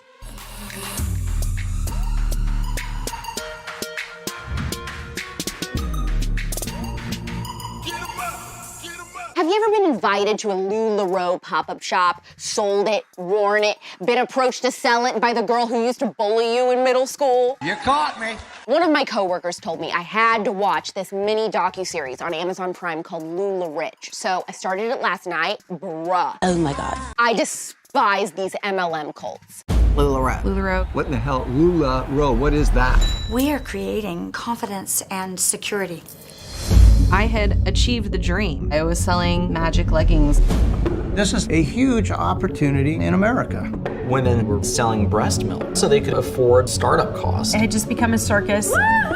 Mark starts spouting off passages from the Book of Mormon. A mass delusion. Oh my God, I'm in a cult. Did any of them have a clue how to run a company of this size? No.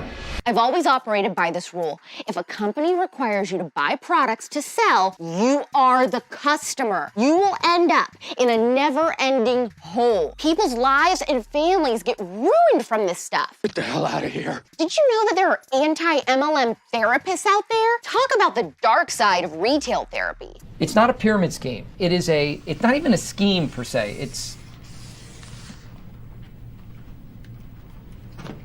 I'd love to hear your story in the comments if you have an MLM nightmare story. I'm all out of money! All the introverts are like, thank God my personality has kept me from ever ending up in one of those situations. I love to be alone. I am like the best at it. I just love when you're sitting there in a room and you're just there with your thoughts and you're like, oh my gosh, I'm alone. Would anyone ever love me or whatever? And like, do I know anyone who would care if I just ever came out of this room or not or whatever? And like, I don't know, it's just peaceful. Speaking of clothing cults, remember a few weeks ago when I said I was loving nap dresses? Here's a new buzzy trend. Okay. It is called the nap dress. Nap? N-A-P? Nap. Like, okay. I will go take a nap now. Okay. And that's right. It's a sweet spot between a dress and a nightgown. So perfect for life in 2020 when we got nowhere to go. Well, an investigative reporter who I like to follow from BuzzFeed named Stephanie McNeil wrote a piece called The Cult of the Nap Dress. This is a cult. I brought you to a cult. Stephanie wrote that buying multiple versions of this Instagram famous garment has become an obsession for some people. People really struggle with boundaries, don't they? The limit does not exist. The limit does not exist. Fans of the famous Hill House dress call themselves Nap Dress Nation. A country of our own. Stephanie wrote, to its fans, nap dresses are like Pringles. You can't have just one. According to Hill House, its average customer owns 3 or more. Once customers buy their first dress, they told me they have gone on to buy more in different colors and for every season. So this style of dressing is called Grand Millennial, apparently, because it's millennials wanting to dress like cozy grandmas. Say one more thing. I'ma pimp slap you. The article is actually positive. It's not a scathing thing. Like, the nap dresses are fine. Stephanie doesn't actually think that these women are in a LulaRich situation. It's just a large, dedicated fan base, and it's a fun read, especially if you're also into the nap dress thing like me. I have yet to purchase one, but I know I want a white one, and yeah, I know we're past Labor Day, but Arizona winter feels like summer anyway. Also, pause. A large, dedicated fan base? Are conservatives a cult too? I do like Kool-Aid. Hey, little girl, I don't want cherry. It upsets my stomach. All of our favorite cartoons we grew up with are being ruined by progressives. Nothing I can see can help me. Help me. Somebody will save you. For the record, I loved the old My Little Pony style of animation, but this new style is so ugly, and I hate it. When I say progressives ruin everything, I also mean they make everything ugly. Not even pink animated ponies are sacred. If you're a mom-servative whose kids like this show, you should be warned that there is a new My Little Pony movie coming to Netflix next week called My Little Pony: A New Generation, and it has tons of progressive leftist junk in it. No photos. Okay, one photo. Hold your horses, pun very much intended, because equity is about to go equestrian. The New York Times says the movie features a political awakening about tolerance, prejudice, and even fascism. Fascist ponies? Are you for reals? Whoa! Dude, that's creepy. Breitbart wrote that the movie will be a story about Earth ponies who are anti-magic or anti-science and prone to fear-mongering. Oh, I see what they're doing here. But maybe it's the pro-magic ponies that are still living in fear while the other ones are just trying to live their normal lives and keep their pony rights. You're really cooking up a little scheme here, aren't you? Mom-servatives, you'll have to watch it first and let us know if it really is garbage or if the wokeness is being a little overblown. What in tarnation? Katie Couric just dropped a very juicy tell-all memoir. I love memoirs. They're sort of like having coffee with someone who wants to spill all the tea. The United States is deeply unpopular in Pakistan. Do you think the Pakistani government is protecting al-Qaeda within its borders? The book is called Going There, and the New York Post says that in the book, Katie is leaving no colleague, lover, or famous friend untorched. She mocks and puts down everyone from celebs like Martha Stewart and Prince Harry to industry colleagues like Deborah Norville and the late Larry King. Even her exes, like TV producer Tom Werner, don't escape unscathed. That's why I went to therapy. I'm so damn angry, and I don't even know why half the time. You know, it's a violent anger, and I'm angry over the stupidest stuff. Who gets angry over Jay Leno? Why don't you let it go? In the book, Katie accuses Martha Stewart of needing to go to prison so she could gain a sense of humor, and she talks about the one time in a public event when she ran into Prince Harry, who reeked of booze and cigarettes. I wonder if this was before he married the Green Bean. Have you seen him lately? He looks like a man who will never have fun again. Markle stole all her man's sparkle. This smells like an armpit. I'm just glad Katie's naming names. It sort of looks like she has a social death wish or something, which is great for all of us readers. That's why Jessica Simpson's memoir was so good, because she didn't try to protect anyone. She laid it all out. Take a look. It's in a book. A reading rainbow. Critics are already saying that this book will be Katie's final nail in the coffin of her career, and an anonymous source told the Daily Mail Couric will never get a job at any television network or cable channel ever again because she attacks everyone. She'll be stuck with her newsletter and Instagram stories for the rest of her working life, even though the book oozes of her desperation to be back on network television hosting her own show. Ooh, I really hope this book lives up to the hype. Wow. That is brutal. Will you be adding Going There to your Amazon cart or not? Will you be my Katie Couric? Instead of Freak of the Week, I wanted to have one more regular segment so that I could end the show on something really juicy. Is it juicy? No. Governor Kristi Noem is being accused of having an affair. Life is too short, too important to waste time on this filthy human piece of garbage. Let me tell you what's going on. Conservative news site American Greatness says they have multiple sources claiming Governor Noem and this guy, ex-President Trump aide Corey Lewandowski, have been having an affair for months. No. Governor Noem is 49, and she's been married since she was 20 to Brian Noem, who she's had 3 kids with. Governor Noem says that the rumors are a total lie, rooted in sexism, and, according to the Daily Mail, said these old, tired attacks on conservative women are based on a falsehood that we can't achieve anything without a man's help. I love Brian. I'm proud of the God-fearing family we've raised together. Now I'm getting back to work.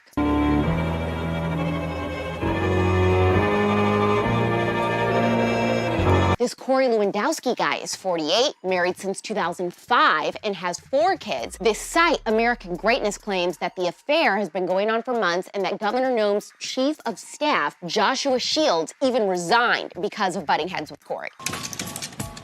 It's gonna be so bad. Obviously, the governor is denying it. I sincerely hope it's not true. I will say I have heard these rumors myself. I'm not saying that I've heard they're true. I'm just saying I've heard rumors. And unless there is definitive proof, I believe Christy. What about you?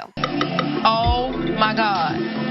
So today was a wild ride, I know, but if you don't want the wild stories to end, go listen to today's brand new episode of The Spillover. It is out on Apple Podcasts and Spotify. Midsi Sanchez comes on to tell the story of being abducted at 8 years old by a child serial killer and escaping after being held captive for 3 days. Please subscribe to The Spillover after you listen. Leave a 5-star review. Send the new episode of The Spillover to all your friends, true crime lovers, or just parents that need to know how to teach their children to be safe. Also, check out the Mitzi Sanchez Foundation and support the work that she's doing for missing kids and their families. Today was strawberry jam-packed. Please show my team that you appreciate all the hard work that goes into making these episodes.